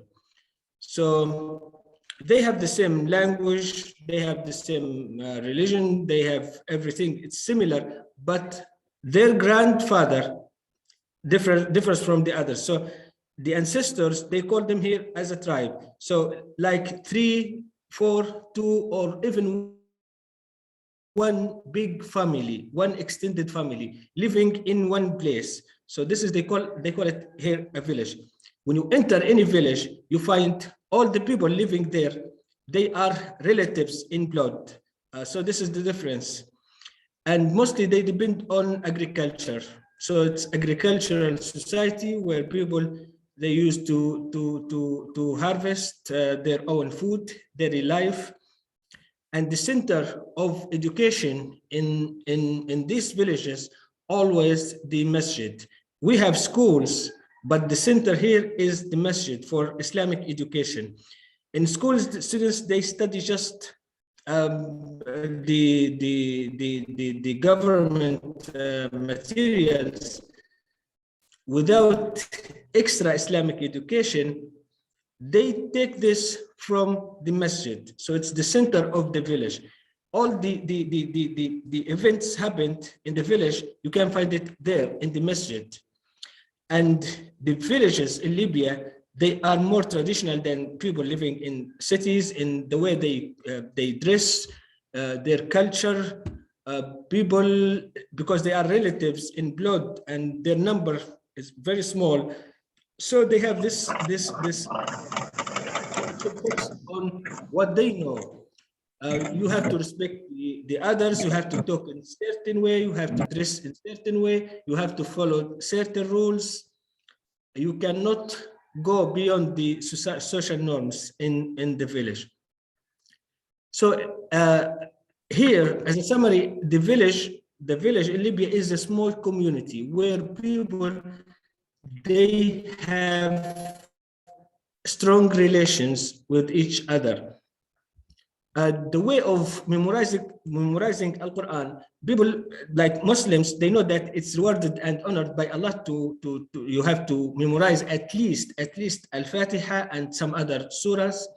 And people here in Libya, they can get educational career by memorizing Al-Quran, because here we have, if you are Hafiz, if you memorize the whole Quran, you get a certificate equals to ISATU, bachelor degree, university undergraduate degree, just by memorizing Al-Quran.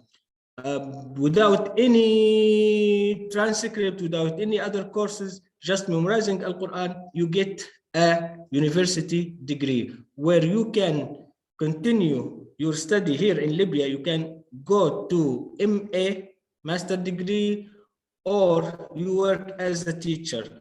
So it's like equal, memorizing Al-Quran equals university undergraduate degree in Islamic studies. So people, they memorize Al-Quran to, like, this is for their career. Instead of studying normal education, you just memorize Al-Quran and you get a university degree. And those who memorize Al-Quran, they become religious leaders in their community, imams, and it has social status, like in marriage, and they have different status from the others. And in our villages here, the sponsorship, or the community itself sponsors the place, the masjid, or the place of memorizing Al-Quran. So it's a community job. It's supported by the government to some extent, but mainly it's the mission of the community. They build their future leaders. They create this small community. They take care of this small community. Here, nearly every masjid has some classes. When we build a masjid, we have to build some few classes to memorize Al-Quran. Always, these classes, the classrooms, they are not like modern classrooms. They are traditional ones. So people sitting on the floor instead of using desks and chairs. So just to sit on the floor. This is one difference between Islamic classes here and the modern education system. In modern education system, you can, even the way we talk with the instructors, is completely different from Islamic classroom. And we have no age limit to study Al-Quran. So when we study in these circles, you find people at the age of 10, they are children, and at the age of 60 and 70. So there is no age limit, all of them sitting in one place. and it's free of charge. This is no one pay anything for that. And time we use afternoon, because at the morning we just have got to work and school. Then at the afternoon from Al-Asr until Maghrib, this time for female students, female women. From Maghrib until late night, it's for males. So this is the time where students, they study Al-Quran. Not during the day, early morning, after Al-Fajr, so that's not our time here. And you can see this is the mission of these circles, these centers of studying Al-Quran. We have collaboration, young, old, men, women, because this is a community. So women, when they come to pray Al-Asr and study Al-Quran, they bring food even to men later, so they can use it. And the Islamic tradition and culture, we have these communities maintain the Islamic traditions, Islamic education. If you have any question about Islam, so that's the place where you can ask it. If you want to learn something, children, they learn wudu, they learn ghusl, they learn salah from these communities. So just they live Islam and at the same time they study Islam.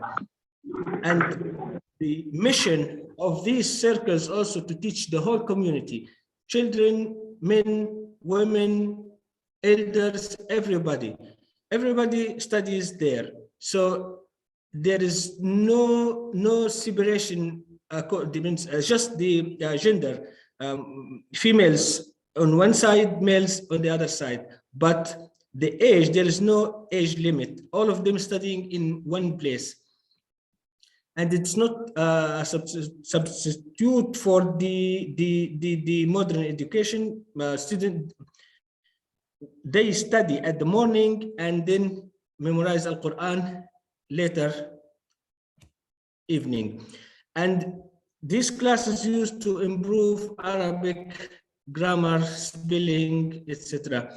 Because we have this, our unique way to memorize Al-Quran in these circles. If you see, students, they write every verse before they memorize it. So they write it on the tablet using special ink. And then we recite it from the tablet, as you see in the pictures. So people always, they carry the tablet. Your tablet is your like personal equipment. This will continue with you all your life.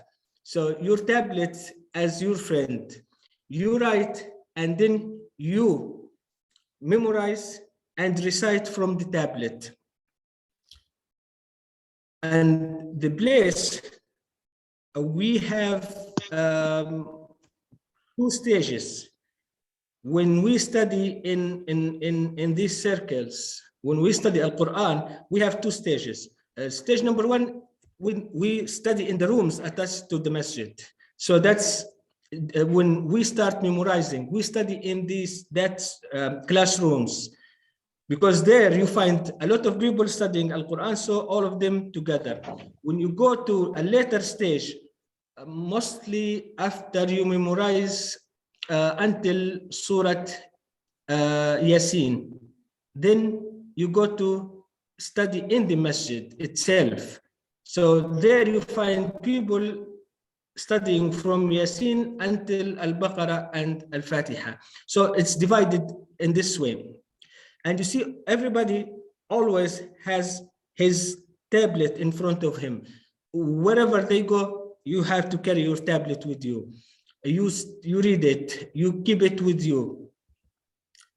And the tools which people used in studying Al-Quran here in Libya, we use the tablet, as you see in the first picture. It's a wooden tablet. Then we have the special ink made from wool. we made it manually, and then we have special Benson from need, and we start to write verse by verse. This method actually takes a lot of time to write. Instead of using modern pens and pencils, it's very slow way to memorize the Quran. But this is actually what scholars want. They want you to stay with this community as much as you can, because this is it's a kind of, they want you to sit here, not out. So they ask you to write slowly and to memorize word by word. Here, the tools always existed in our nature. There is some kind of philosophy behind these circles that people say you have to use natural products, not artificial ones.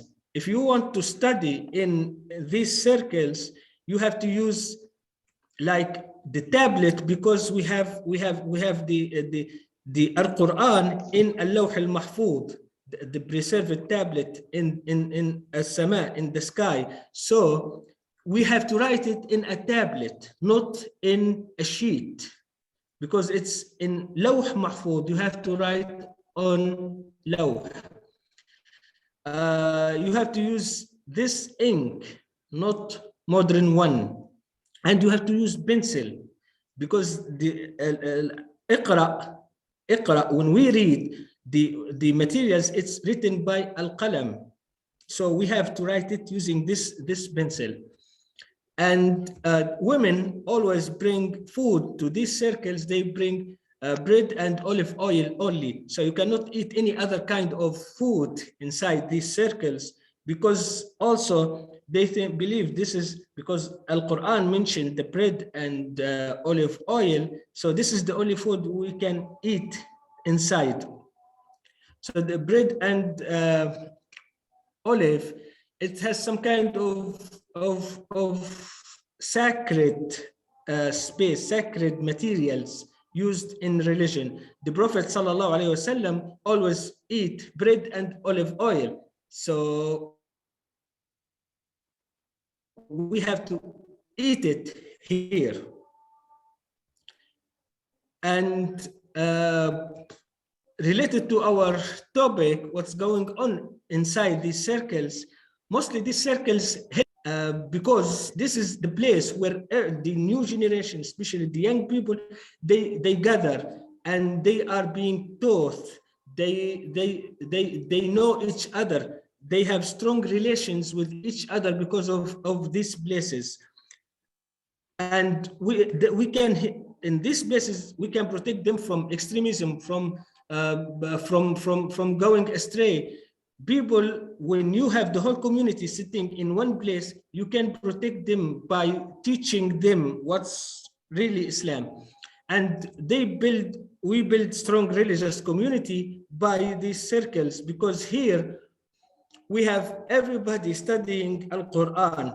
Then the whole community, they can study, they can read Al-Fatiha, they can become imams. So in villages, you can ask anybody to be an imam, because mostly every child, every young man, they memorize at least 2-3 juzu. And the ultimate goal of the community to prepare the future leaders, because the youth will become the leaders of the society in the future. So when they teach them Al-Quran, they believe that you will be our imams in future. So we have to teach you from now, because here in Libya, mostly the people living in villages, they stay all their life is there. So they will not study here and then go to another place. Mostly they stay in the same place, because that's the place of the family and the tribe. So we take care of the family and the tribe. So we live in the same area from childhood until we die. Terima kasih. Thank you very much for listening, and thank you very much again for inviting me for this talk. Thank you very much, Dr. Mowafg, for a very interesting presentation. I just want to give summary in bahasa Indonesia. Dr. Mowafg memulai presentasi dengan menjelaskan desa di dalam Al-Quran, ya. Beberapa negeri di dalam Al-Quran disebut sebagai desa, qarya. Dan dari situ kemudian Dr. Mowafg masuk di dalam konteks Libya, di mana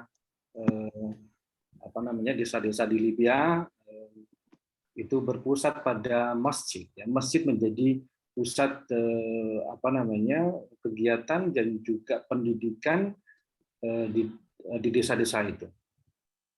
Dan di antara kegiatan yang penting adalah menghafal Al-Quran. Ini menjadi penting dalam konteks Libya karena beberapa hal, diantaranya karena memang penghormatan masyarakat dan juga pemerintah terhadap penghafal Al-Quran sangat besar. Terbukti dengan misalnya ada kebijakan untuk yang menghafal Al-Quran 30 juz, maka kemudian itu setara dengan S1, ya. Jadi kemudian mendapatkan ijazah meskipun tidak ada perkuliahan dan sebagainya, dan bisa dengan ijazah itu dia masuk di dalam jenjang S2. Dan juga ini sangat penting bagi mereka untuk menghafal Quran karena ini nanti juga akan berpengaruh pada pekerjaan, ya. Orang yang menghafal Quran akan mendapatkan pekerjaan dengan lebih mudah. Di samping itu juga pemerintah mendukung masyarakat di desa-desa itu yang mempunyai pendidikan Quran yang rata-rata memang itu berada di masjid-masjid baik di dalam maupun di luar masjid, dan di luar masjid biasanya ada kelas-kelas seperti itu untuk menghafal Quran. Dan ini mempunyai fungsi yang bukan sekedar pendidikan, tetapi juga di dalamnya ada kerjasama antara yang muda dengan yang tua, kemudian ada laki-laki dan perempuan, dan ini adalah pusat pembelajaran masyarakat, ya. Keseluruhan masyarakat belajar di situ. Ini bukan pengganti sekolah, jadi mereka tetap bersekolah, tetapi kemudian setelah pulang sekolah sampai malam hari mereka belajar di khulwah. Khulwah adalah tempat untuk menghafal Al-Quran ini, dan di dalamnya juga mereka belajar bahasa Arab, ya. Nah, yang menarik di sini adalah bahwa siswa-siswa itu menghafal Quran dengan menggunakan tablet. Tablet ini kalau ya bukan tablet yang modern, ya. Ini tradisional dari kayu gitu. Ini pernah dipakai oleh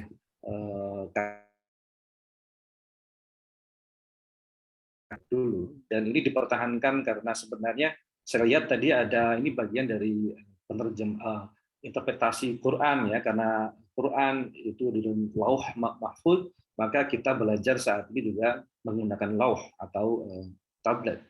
Kemudian ditulis dengan qalam karena dalam Quran memang qalam. Kemudian natural product. Yang positif dari sini diantaranya adalah bahwa dipergunakan produk-produk alamiah, ya, bukan produk-produk yang bersifat modern, menggunakan alat-alat yang bisa merusak alam. Kemudian juga ini merupakan tempat di mana anak-anak muda itu didukung, dibantu, ya, untuk memahami Islam. Ini juga bermanfaat untuk mencegah mereka dari bahaya atau dari paham-paham yang ekstrim, ya, dari ekstremisme. Kemudian juga ini untuk memperkuat komunitas dan membangun komunitas keagamaan, di samping juga untuk regenerasi pemimpin keagamaan di masa yang akan datang. Saya kira ini hal-hal yang menarik dari presentasi Dr. Mowafg. Thank you very much, Dr. Mowafg. And I would like to invite the last but not least speaker, Dr. Abellia Anggi Wardani, who will present her paper on building peace from below, the roles of grassroots movement in restoring peace in Ambon, Indonesia. Please, Dr. Abellia, the Zoom floor is yours. You have also 20 minutes, please. Hello, everyone. Good afternoon from my place. I'm currently in Ambon, so it's 2 hours earlier than Jakarta. So I think there it's 11 now, but here it's 1 o'clock in the afternoon. So before I start my presentation, first of all, I would like to say thank you for sure for the organizer for inviting me, and also Bapak Moderator. I think we share the same supervisor, but I've never really met you before. Yes. Yeah, we've graduated both from the same university, Tilburg University in the Netherlands, and also from the same supervisor, so Professor Herman Beck. So yeah, it's really nice to be in the same panel with you, Dr. Nur Ichwan. And I'm sorry that I was late to join the meeting because I had a class earlier in the morning, but yes. So that's, and I will share the screen, just 1 second.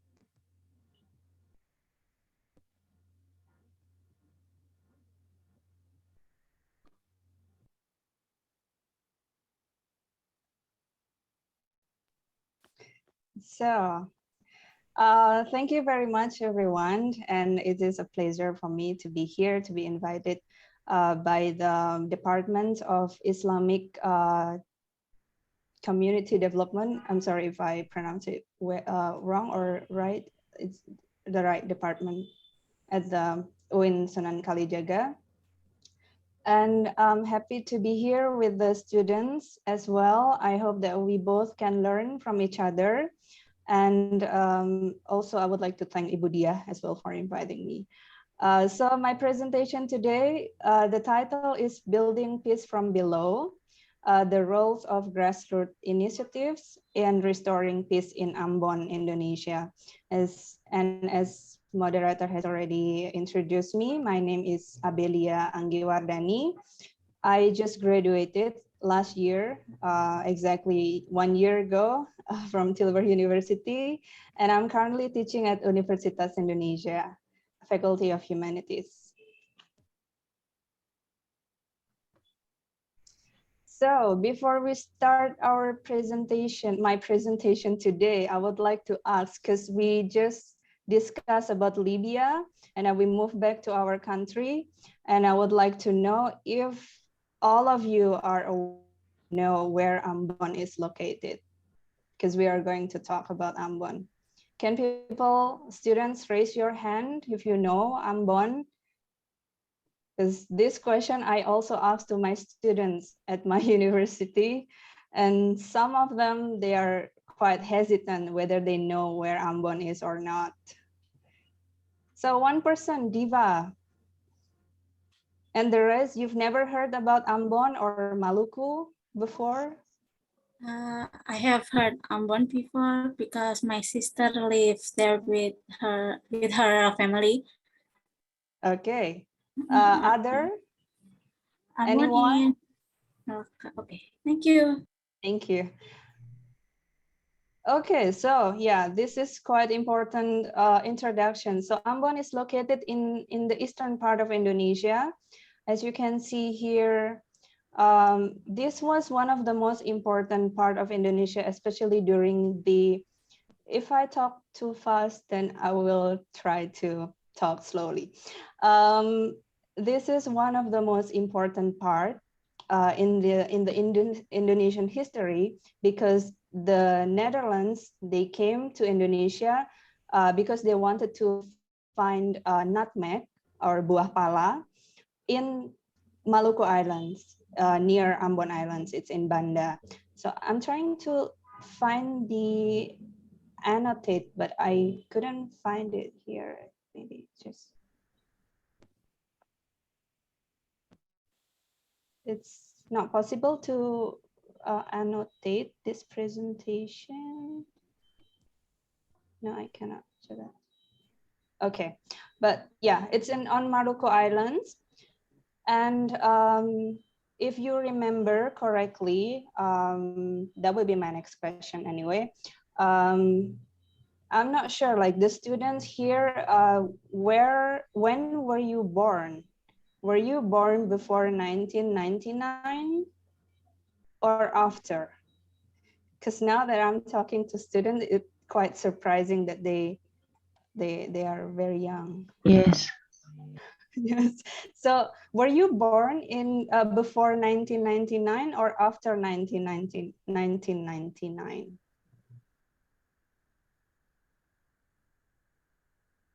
Most of the students. 2002. 2000? 2001. And 2. 2001, 2002. So, but you have learned during your school years, elementary school, high school, that there were political turbulence in Indonesia. We call it reformasi era. Have you heard about that during the history class?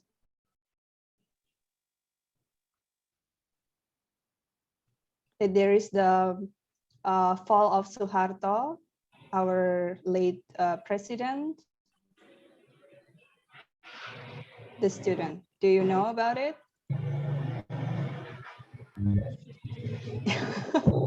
Okay, so yeah, that's why I need to know like the context, because we're going to talk about it.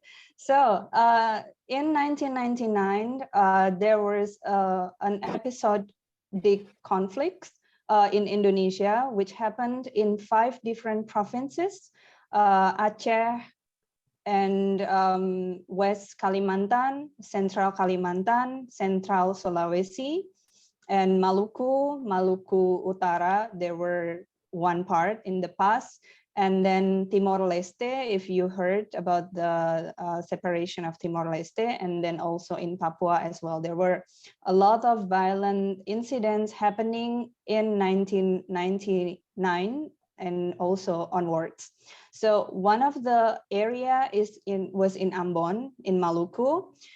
And in Ambon, it started off with a small dispute between a driver and a customer of a minibus, which is, we call it angkot.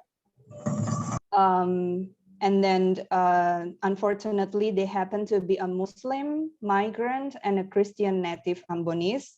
And because of the identity, the ethnic religious identity, the situation became escalated quickly. And then it has triggered a lot of violence happening between community members. So it means that they used to be neighbors with each other, and then suddenly they killed each other. They become violent against each other. So it's called the horizontal conflict, which means that the conflict was between community member. It's not between the security, the soldiers or military, and then the community, but between the community themselves. And the trigger or the thing that mobilized the conflict is their identity of being Muslim, of being Christian, and also of being migrant who are not.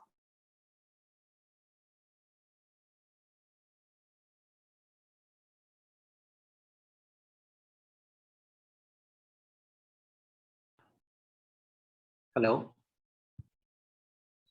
I think there is an internet connection problem. Yes. Can you hear me? Yes. Yes, Okay. yes. Okay, I'm just gonna reshare my screen.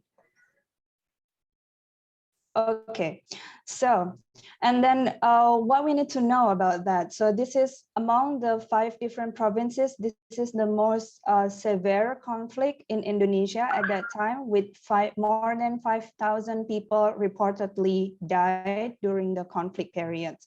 So this one many people's attention because of that. And then, as I mentioned, that I'm currently in Ambon, and this picture I just took a few days ago here. Oh yeah, before that. So if you can see on my screen, these are some pictures that I took from the internet, like the situation there when the conflict happened. So you can see a lot of people gathering, and they're actually throwing stones and also burning buildings and other things. And this the second picture, you can also see like they're fighting against each other and then throwing stuff. And also there are other more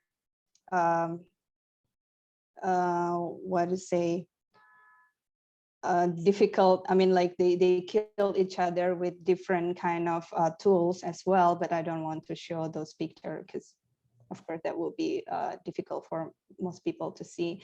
But then what my presentation today is the transformation from those pictures to this situation that I've just recently captured here in Ambon. So as you can see, Ambon now is a clean city and it's colorful, and the sunset is very pretty. And the city is well developed compared to other cities in the eastern part of Indonesia. So we will learn how the community of Ambon people rebuild their city, their community after the conflict that lasts for at least 5 years. So to do that, so this presentation is part of the findings of my dissertation of the field work that I did from 2015 to 2019. So it's 4 years back and forth, with 1 year that I lived in Ambon for 1 year consecutively as part of the methodology. And this is one of the findings of the dissertation. So to analyze the situation, the transformation of the community, I used the theory of one of the theories in peace building, which is the everyday peace building.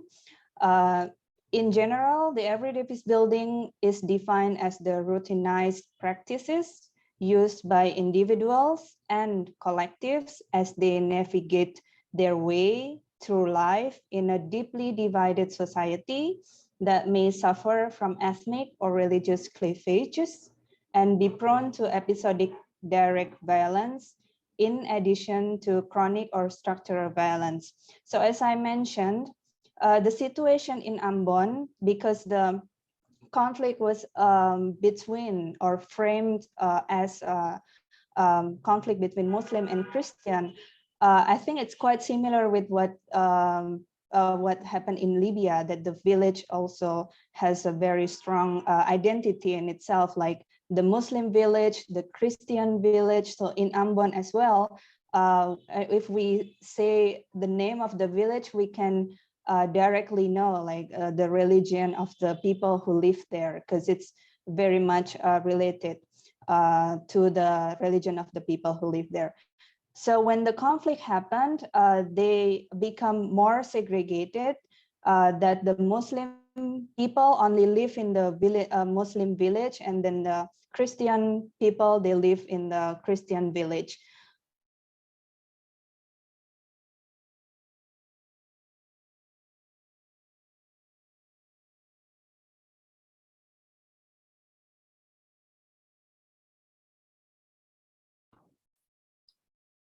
Sepertinya. Okay.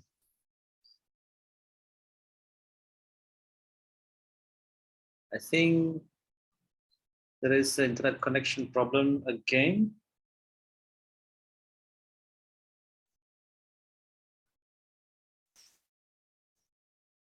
Yeah. Okay. No problem. Abel, Yes. is that okay if I share your screen for mine? Yes, yes, Okay. that would be good. Okay. Because the internet here is quite unstable. Yeah, I already sent it to you just in case, because I know that this kind of thing will happen. Okay. Bisa kelihatan ya? Oke. Okay. Wait, ini masih proses. Mana? Okay, so I'll just go quickly as well. So that the two types of initiatives, we focus on the grassroots level. So not related to the government initiative or other stakeholders related initiative, but only from the community initiative. So the first one is organic initiatives. So what is organic initiative? It's the aim is it is done through cooperation, and the aim main objective is for survival instinct. The survival instinct is that during the conflict, people still need to eat, they still need to earn money, and they can you hear me? Okay. Yeah. It's clear. Okay. Yes. So that is survival instinct, because not everyone actually supporting conflict. Supporting conflict, and many people, they don't want the fightings to continue, so they would like to have a normal life, they would like to go to the market, they would like to go to school, although the conflict happened for 5 years, but it doesn't mean that all the people would like the conflict to continue. So that's the idea of why this organic initiative took place in the first place, because they would like to have a normal life, and they want to meet their friends, their family that are segregated because of the conflict. So they set aside conflict and disputes to fulfill their daily needs. And what is important to note here is that the organic initiatives they don't necessarily aim to build peace in the most theoretical terms, but more of an effort to rebuild network, to rebuild trust, and to access common spaces that were inaccessible during the conflict because of the violence.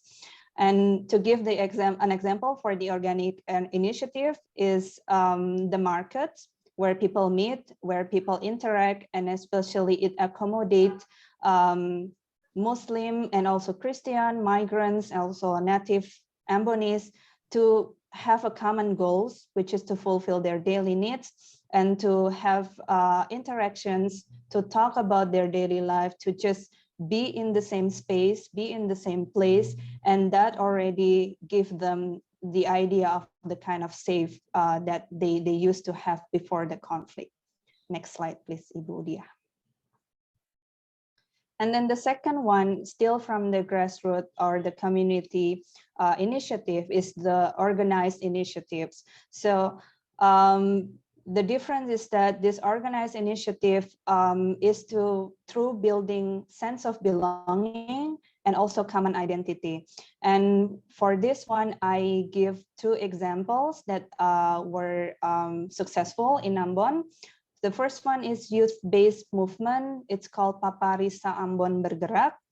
And their goals is to promote peace through performing arts, media literacy, creative workshops, music performance, etc. And maybe if you know about Ambon, they really like to sing, and they sing really well. If you know, like some people from Ambon, like late Glenn Fredly or other people, and if you go to Ambon, most of each of the cafe, they will have live music, and then you will hear everyone wants to sing, so they don't even need to hire a singer. So, and then all their their voice are really good. So this common interest and sense of belonging, singing is part of their identity as an Ambonese people. And then this initiative by youth, they gather people from different ethno-religious backgrounds, regardless whoever you are, you can come and you can join the music performance, play band together, or performing arts, dance, or theater. And then they will talk about more like the future instead of talking about the past or what happened in the past. And so if you can see from the picture as well, I took it from their website. They organized a workshop on media literacy as part of the fighting against hoax and provocative messages. And also this one is they went to the beach together and then they had picnic there. So that's part of the small scale events that they conducted, but they also did like concert and in a big field in the city as well. So this movement has been successful in bringing young people to get involved in creative projects despite their ethno-religious background. And so they organize in various places, both indoor and outdoor, including especially the target groups are also the university students in different universities in Ambon, the public one, and also the Islamic Institute in Ambon, and the Christian Institute also in Ambon. So it's they came to different universities because that's the main audience. And then the second one is the youth-led education initiative. It's called Hekaleka.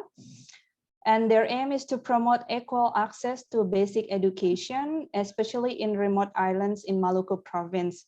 Because when we talk about peace and the future of the community in the aftermath of conflict, we cannot just talk about talking about peace in a way that the violence and then how it happened and how we move from that, but it's also we have to talk about development as well, because peace in the society can be achieved if the society themselves, they can also advance in their education, in their economy, and other part of social aspect. So they organize training for school and kindergarten teachers, and they organize education festival and they also in the past, they built community libraries in remote islands in Maluku province. So I joined one of their session in the Saparua Island to talk with the kindergarten teachers there and the importance of pursuing a higher study. Next, Ibu. So, so did it work? Yes, it did. But of course, when we are talking about peace building, one side, it is important to have the community-led peace building, but also it needs to be enhanced by the efforts from the government, from the stakeholders, so that the idea of peace is supported like comprehensively. So in terms of what we have discussed, the organic initiatives, it's usually small scale or individual, and it's sporadic and unorganized, the example of the market. And it's in the form of mundane interaction. So being able in the same place, that's the idea of peace for them. And then with that, they also have the narrative of peace through economic activities. Some of the example of the message that they say to each other at the market, it's let's not fight anymore. We should remain united. We need to eat, we need to live. And then anyone dares to initiate chaos at the market will be severely punished and expelled by us, by the market actors. So that's for the organic initiative. And for the organized initiatives, they tend to reach larger group. As I mentioned, they go to universities and organize big events as well. And their activities are more organized. They have agenda, they have goals, objective, etc. And this initiative intentionally to build peace through common interests, through development, through strengthening social cohesion. So that's different with the organic one when they just want cooperation. And to conclude, next one. So concluding remarks, grassroots-led initiatives comprise of two parts, and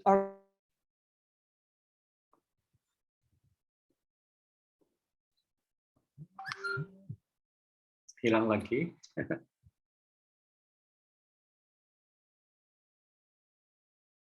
I think we have to wait for a moment.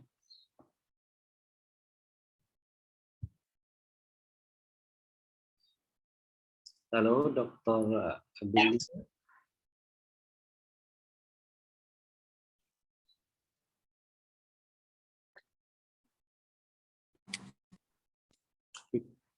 Okay. Yes, so the concluding remarks, the last one is just that the grassroots-led initiatives comprises of two parts, organic, and then these efforts and organized. And this effort, despite their limitation, have proven to help rebuild peace and cooperation in the aftermath of conflicts and unbonds. But such initiatives need to be the basis to prepare the ground, not solely the only a way to build peace, and it needs more comprehensive peace-building efforts involving diverse stakeholders. So thank you very much, and I'm really sorry for all the inconvenience of the connection that I have. No, I have to change.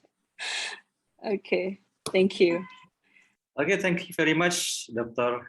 Abellia, for the very interesting presentation.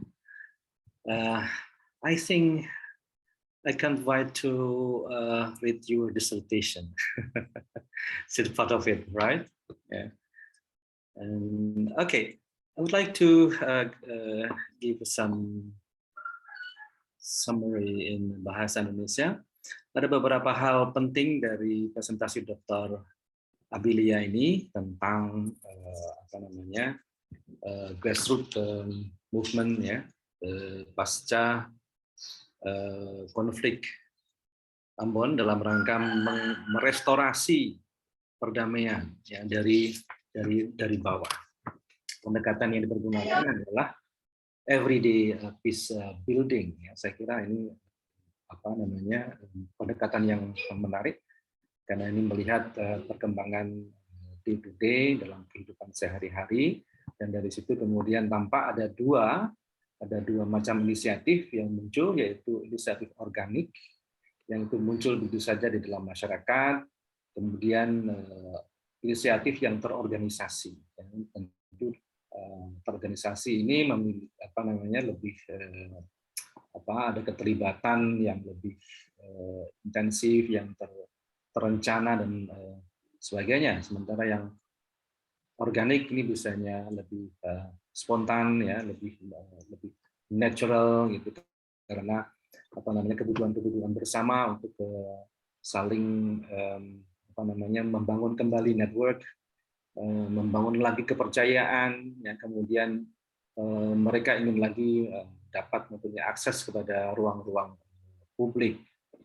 Nah, ada beberapa tadi ditunjukkan inisiatif organik ya di dalam proses jual beli dan sebagainya, dan tentu ada masih banyak lagi aktivitas yang lain. Kemudian yang inisiatif terorganisasi, ada dua contoh penting, yaitu gerakan pemuda, yaitu Paparisa Ambon Bergerak, yang tadi mempunyai banyak program, diantaranya adalah literasi media, kemudian workshop kreatif, dan kemudian juga ada performance music. Sementara ada juga inisiatif pendidikan yang digerakkan oleh anak muda, yaitu terutama Heka-Leka. Ini agar mendidik anak-anak supaya mempunyai akses pada pendidikan dasar. Saya kira ini dua inisiatif yang muncul di dalam masyarakat yang itu penting sekali dalam rangka merestorasi masyarakat Ambon pasca konflik. Saya kira itu so all the presenters have presented their papers. Now we come to the Q&A session. If you'd like to ask the question, please raise your hand, or you just can write down in the chat room.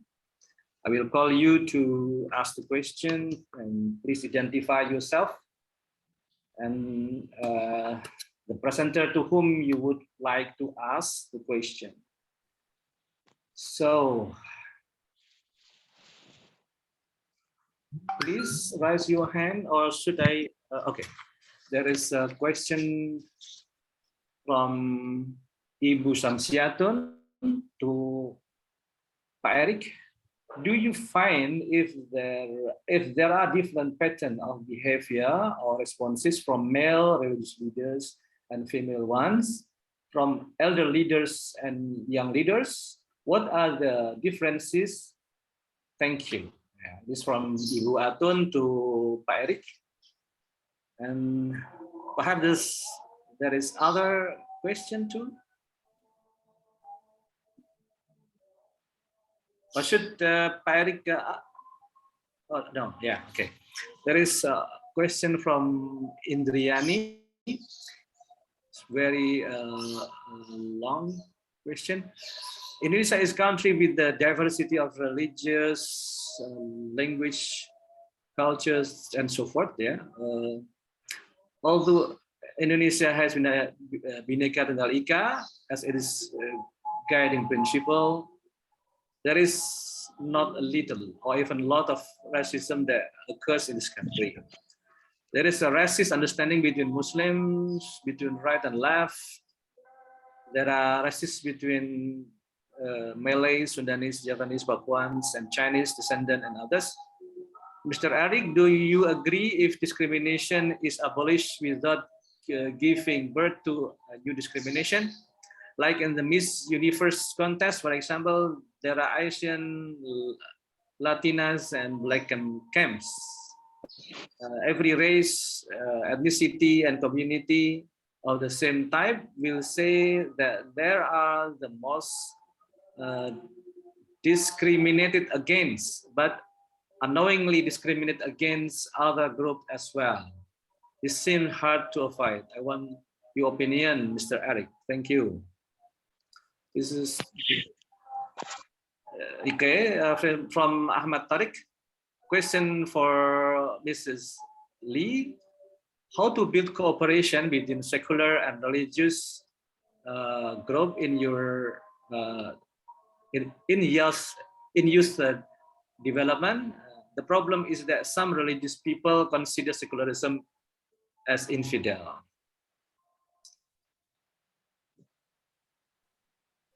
But still other question?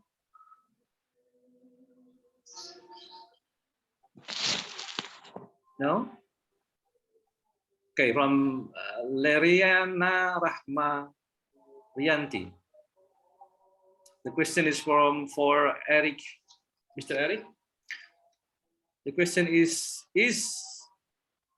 Black Matters movement also affect for another race like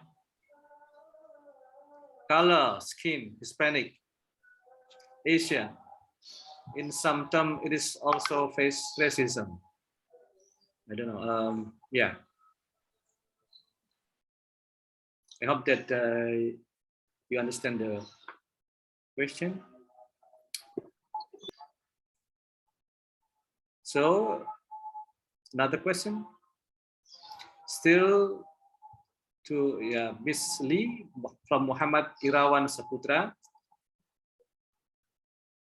One of the problem to me, it's confronted by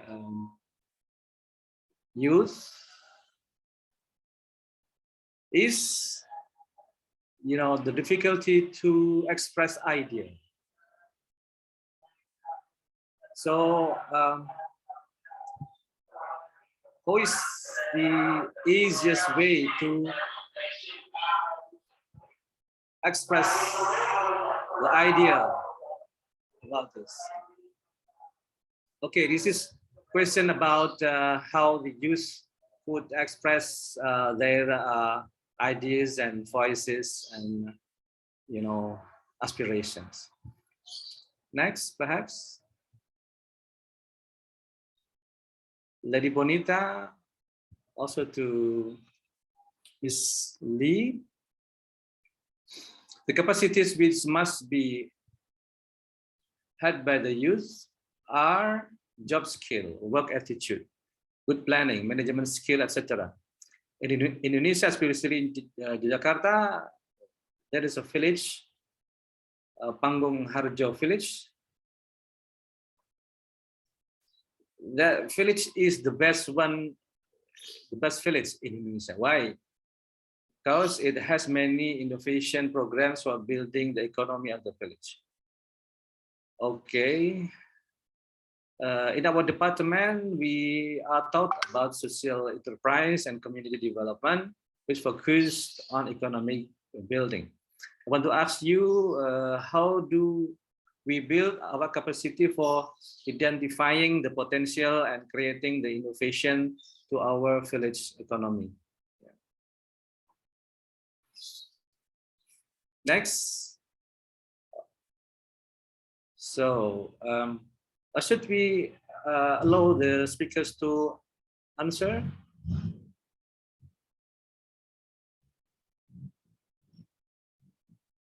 Okay, I just want to read that. This is for Mr.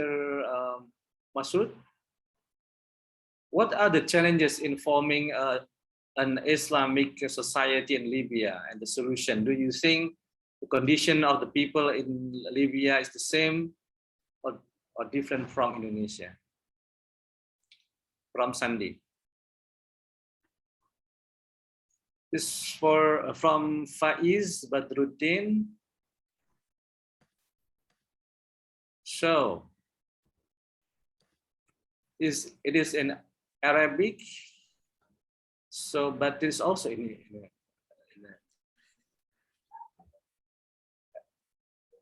English. Is the religious relation in method to memorize in Libya and other country or something characteristic? Yes. So it is the question about whether Libya has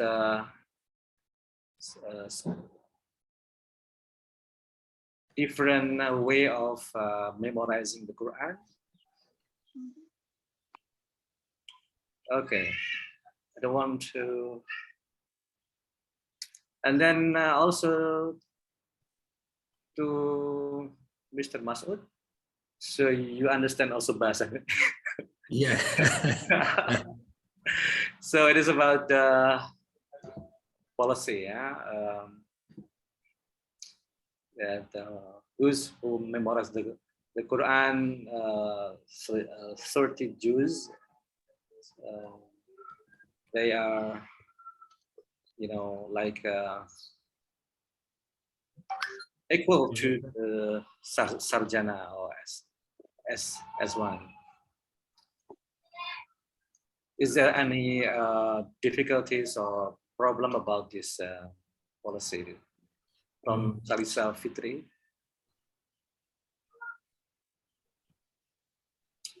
From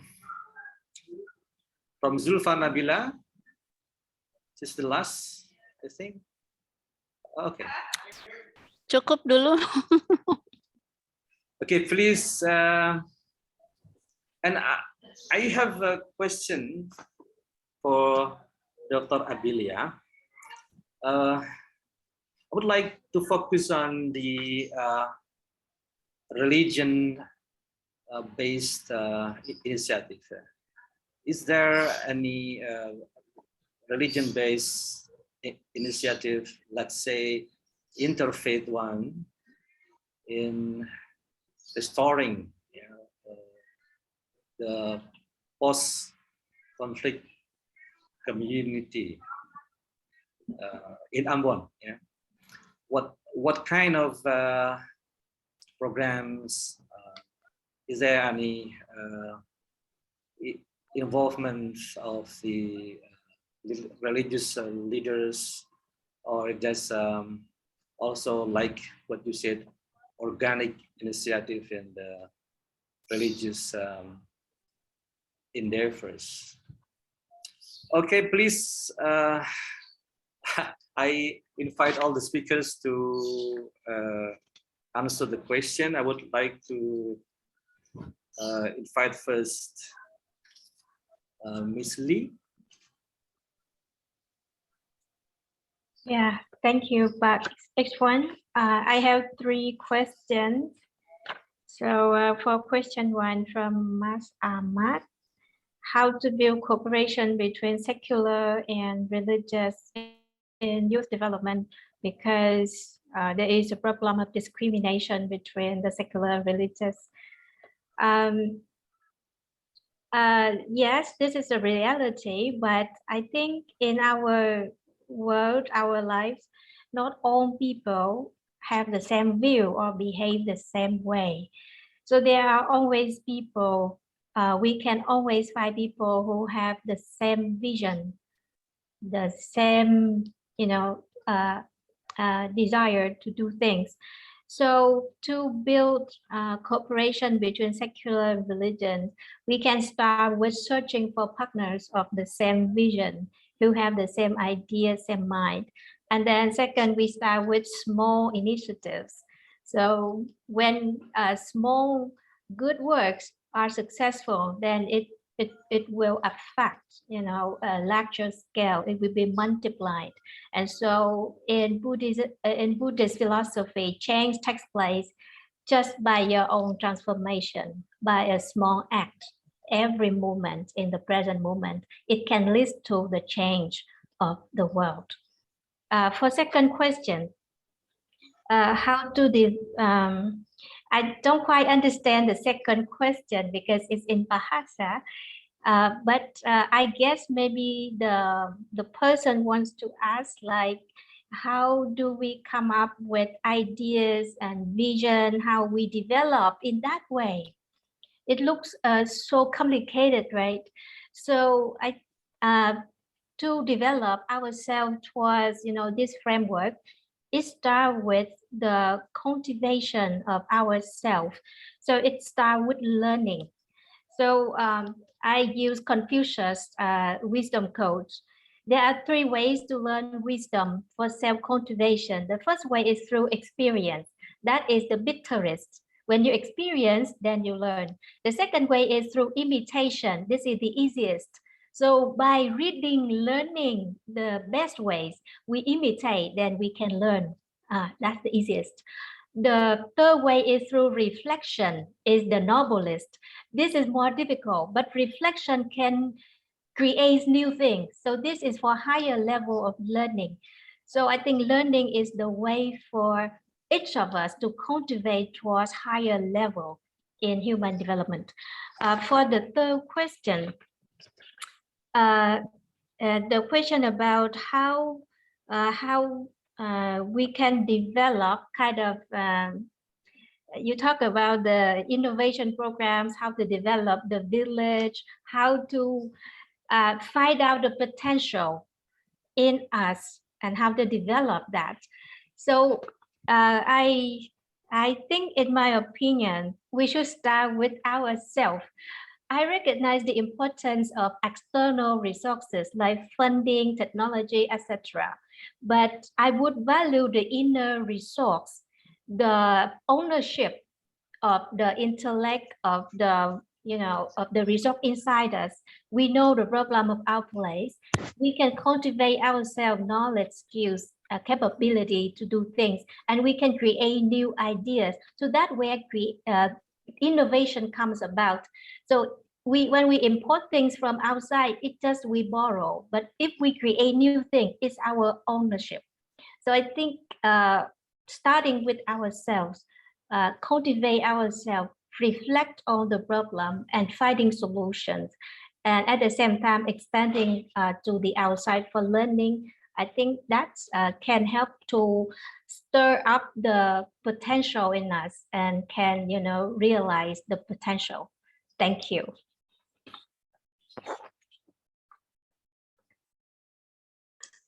Pak Ikhwan still. Thank you, Mr. Lee, Dr. Lee, for answering the questions. And now I'm inviting Mr. Eric. Yeah, thanks, Dr. Ichwan. Yeah, I think, so the first question I think is from Buatun. Do you find if there are different patterns of behavior responses for male religious leaders and female ones, from elder leaders and young leaders? What are the differences? You know, I think one of the first points I want to make is that actually I used older generational religious leaders in a sense as a to show the influence that young leaders within Black Lives Matter itself and how they have been influenced by the young leaders. So for example, previously in the 60s during the civil rights movement, the face of the movement itself was actually older men like Martin Luther King and Malcolm X. But actually, sorry about that. Actually, in this movement, there's a wide range of leaders. It's not just, you know, one person as the face of the leader, but it was actually developed by young people. And so it started with young people. It started with the Twitter hashtag of Black Lives Matter. And specifically that started actually with 3 young women, not men, which is, I think, really unique in and of itself. The influence that they have on not just elder people or elder religious people, but even the influence they've had on elder white religious people in particular, because you know, the first 2 pastors in particular were both white pastors, older white gentlemen. Those 2 people have clearly been influenced by the Black Lives Matter social movement, which I think is fascinating, to think that not only are they young people that are influencing the older generation, but young women. And so definitely that is the case. And within those 3 young women who started the Black Lives Matter hashtag in particular, 2 of them are religious. And so, you know, that I think would also point to that as well. And also the last speaker at the women's masjid in Los Angeles, California, is also intriguing in that, you know, she is a leader speaking out on social issues and having an influence among the Muslim community there. And so there's definitely an influence between the younger generation, older generation, or from the younger generation, specifically women, to older generations and even men. And then the second question, do you agree if discrimination is abolished? I think what you mean is that will give birth to new discrimination. I think I understand what the question is. And yes, I think that there's always gonna, I think the assumption that we can at some point get rid of discrimination as a whole is maybe is one that may not ever be able to happen, you know. But that doesn't mean that we can't strive for that, right? I mean, striving for no discrimination is something society should be striving for. And I think, you know, what Black Lives Matter has attempted to do is to equalize the black-white imbalance within the system itself. And that might mean, you know, being a little bit extreme to some extent, you know, and that's coming also out of just anger and frustration about being dehumanized for centuries, you know. And so I think, you know, even within that, the question in and of itself, what you'd have to ask, well, where is that discrimination coming from? You know, so you get over one form of discrimination, is there another one coming after that? And there's a possibility of, because, you know, for example, the African-American community in the US has been discriminated against for centuries. There's a possibility that if that power structure would balance at some point, that African-American communities, you know, may eventually, you know, could discriminate against the white communities. Now that's not possible at this point because of, of the system itself. But, part of that is coming from its own pain and coming from its own experience. And so answering, that may be inevitable, but I think that you never stop fighting for or speaking out against discrimination. The third one is Black Lives Matter movement also affect for other colors, races, Hispanic race, Asian race? Yeah, and actually over this last year, there's been a new phenomena that's gone on called Asian Lives Matter, basically, and it's an attempt to promote the fact that Asian lives do matter in the U.S. That there are small pockets of people, Asians, who are facing discrimination, and that's a reality, I think. And Black Lives Matter, which I think is the distinction behind Black Lives Matter, is it's not just based off race too. I mean, the Asian communities, are speaking out about their own ways of being oppressed in the U.S. and the Hispanic communities as well. And so Black Lives Matter has kind of moved to a cross-racial boundaries as well. Not just Black-white relationships, but also white-Asian relationships, even Black-Asian relationships as well, has been a big movement as well. So yes, it's not just only Black communities in the US. I hope that answers the questions. Okay, thank you, Mr. Eric, for answering the questions. And the next, I invite Dr. Mowafg, please.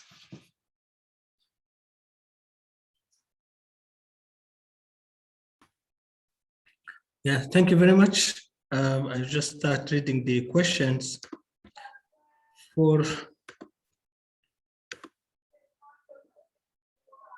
the question number 1, the challenges in forming an Islamic society in Libya and the solutions and the conditions of Libya, of the people in Libya, in the same or different from Indonesia. Actually, after 2011, the challenges here in Islamic societies, especially in villages, it's very big compared to other countries, where you have the civil war, which continued for now about 11 years right now. So we live, you can say this is the conflict time. The conflict, it's not just political conflict, also some kind of tribal conflict. You have people now, actually Libya divided into before three regions. We have the eastern side of Libya, which located in the capital of that is Benghazi. The western side, the capital is Tripoli, and we have the southern side, which the capital is Sabha. These religious, small villages, small religious communities, they don't have any role in this political conflict, but they were affected by this conflict. So people in some villages cannot continue studying at night because of the conflict. They just can go to masjid and study during the day. So religious leaders, they want to protect the new generation from this civil war.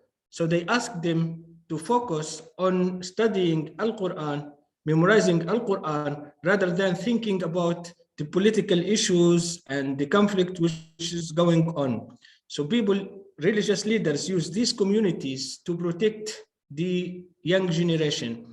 And actually it's different from Indonesia, because here the conflict, even if we compare it to the conflict in Ambon or in other places in Indonesia, you cannot compare it like that, because here you have mostly 100% of Libyans nationalities, they are Muslims.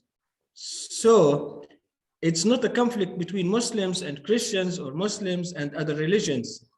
All of them Muslims, 100%. All of them go to masjid. All of them pray. But still the conflict is going on. So that's why we have to find a way to solve it from Islamic perspective. That's why people should focus on memorizing Al-Quran. This is what actually do to protect the new generation. And for the second question, which is in Arabic, the way we memorize Al-Quran here in Libya, it's different from other countries like Indonesia, Saudi, Yemen. We all memorize, but here in Libya, we don't have a sanad, because the second question about the sanad, we don't have the sanad because we write directly from Al-Mushaf. The concept of sanad in memorizing Al-Quran, it was before we have all this number of masahif in our hands. So when we start writing, we copy directly from Al-Mushaf. Then we recite it to the imam or the sheikh. So we don't need sanad in this case. In Misr, in other countries, they still focusing on the concept of sanad. If we say the sheikh himself, he says, I took the Quran from my teacher or my mentor, but actually we take it from Mus'haf, not from scholars. And the difference between studying Al-Quran in Libya and other countries, it's about here also, it's another question, it's about the goal or about the aim. Here you have the community itself forces, because they send their children to the masjid to pray and to memorize. So the community itself encourages the children and young people to do this, even if they don't want to do it. Like in small villages, after Maghrib, you find mostly all the young people in the masjid. After Maghrib, they start reading.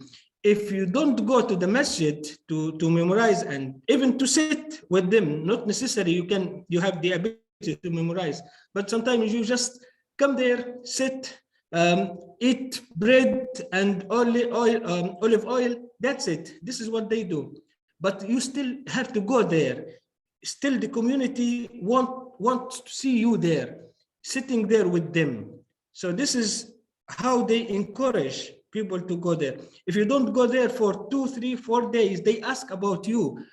What's wrong with you? What's happening? Are you sick or something? So for them, it's very important for males, especially males, to go to these circles. Otherwise, they will feel strange in these communities. And again, there is no sanad for it, because our sanad here is the Mus'haf itself, not the imam or the sheikh. And the question in Bahasa Indonesia, kebijakan bawa penghafal Al-Quran 30 juz. Actually, we don't have any obstacles for memorizing. What we need actually to do is to go to the masjid and to memorize, and then we read it for the imam. And then there is a national exam here in Libya. We have a national exam happened once a year. You have to go to that exam only. You have to register your name. No one will ask you about anything. You have to register your names, and it's 2 parts, written part and oral part.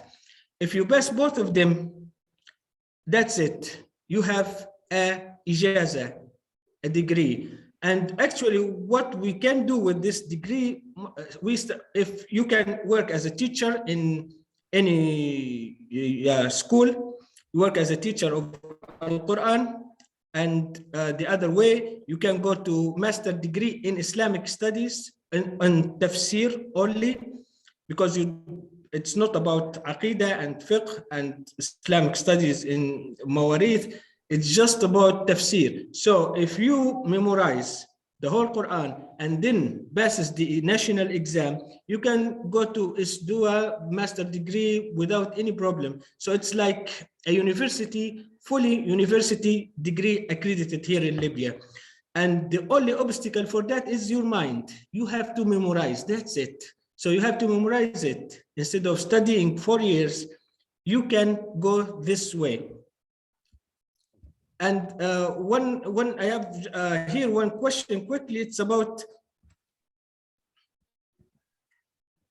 the institutions open for Sanad. Here in Libya, we don't have any institution open scholarship for Sanad or you can apply for it. But we have the Islamic Jam'iyyat al-Dawah al-Islamiyya. We have a college for Islamic call, which is this year they accepted 45 students from Indonesia to study for Isatu, Isdua, and Istiga in Libya, and it's fully funded, and they have their own scholarship. Actually, many students, many friends from Indonesia studied here in Libya in this community college. And I think these are all questions. Yeah, thank you very much. Thank you very much, Dr. Mowafg, for answering these questions. Before inviting Mbak Abellia, there are still two questions for you on the chat. Are there still minor, are there still minor interreligious conflicts in Ambon today? And are there any separatist groups or terror against the apparatus, such as Santoso or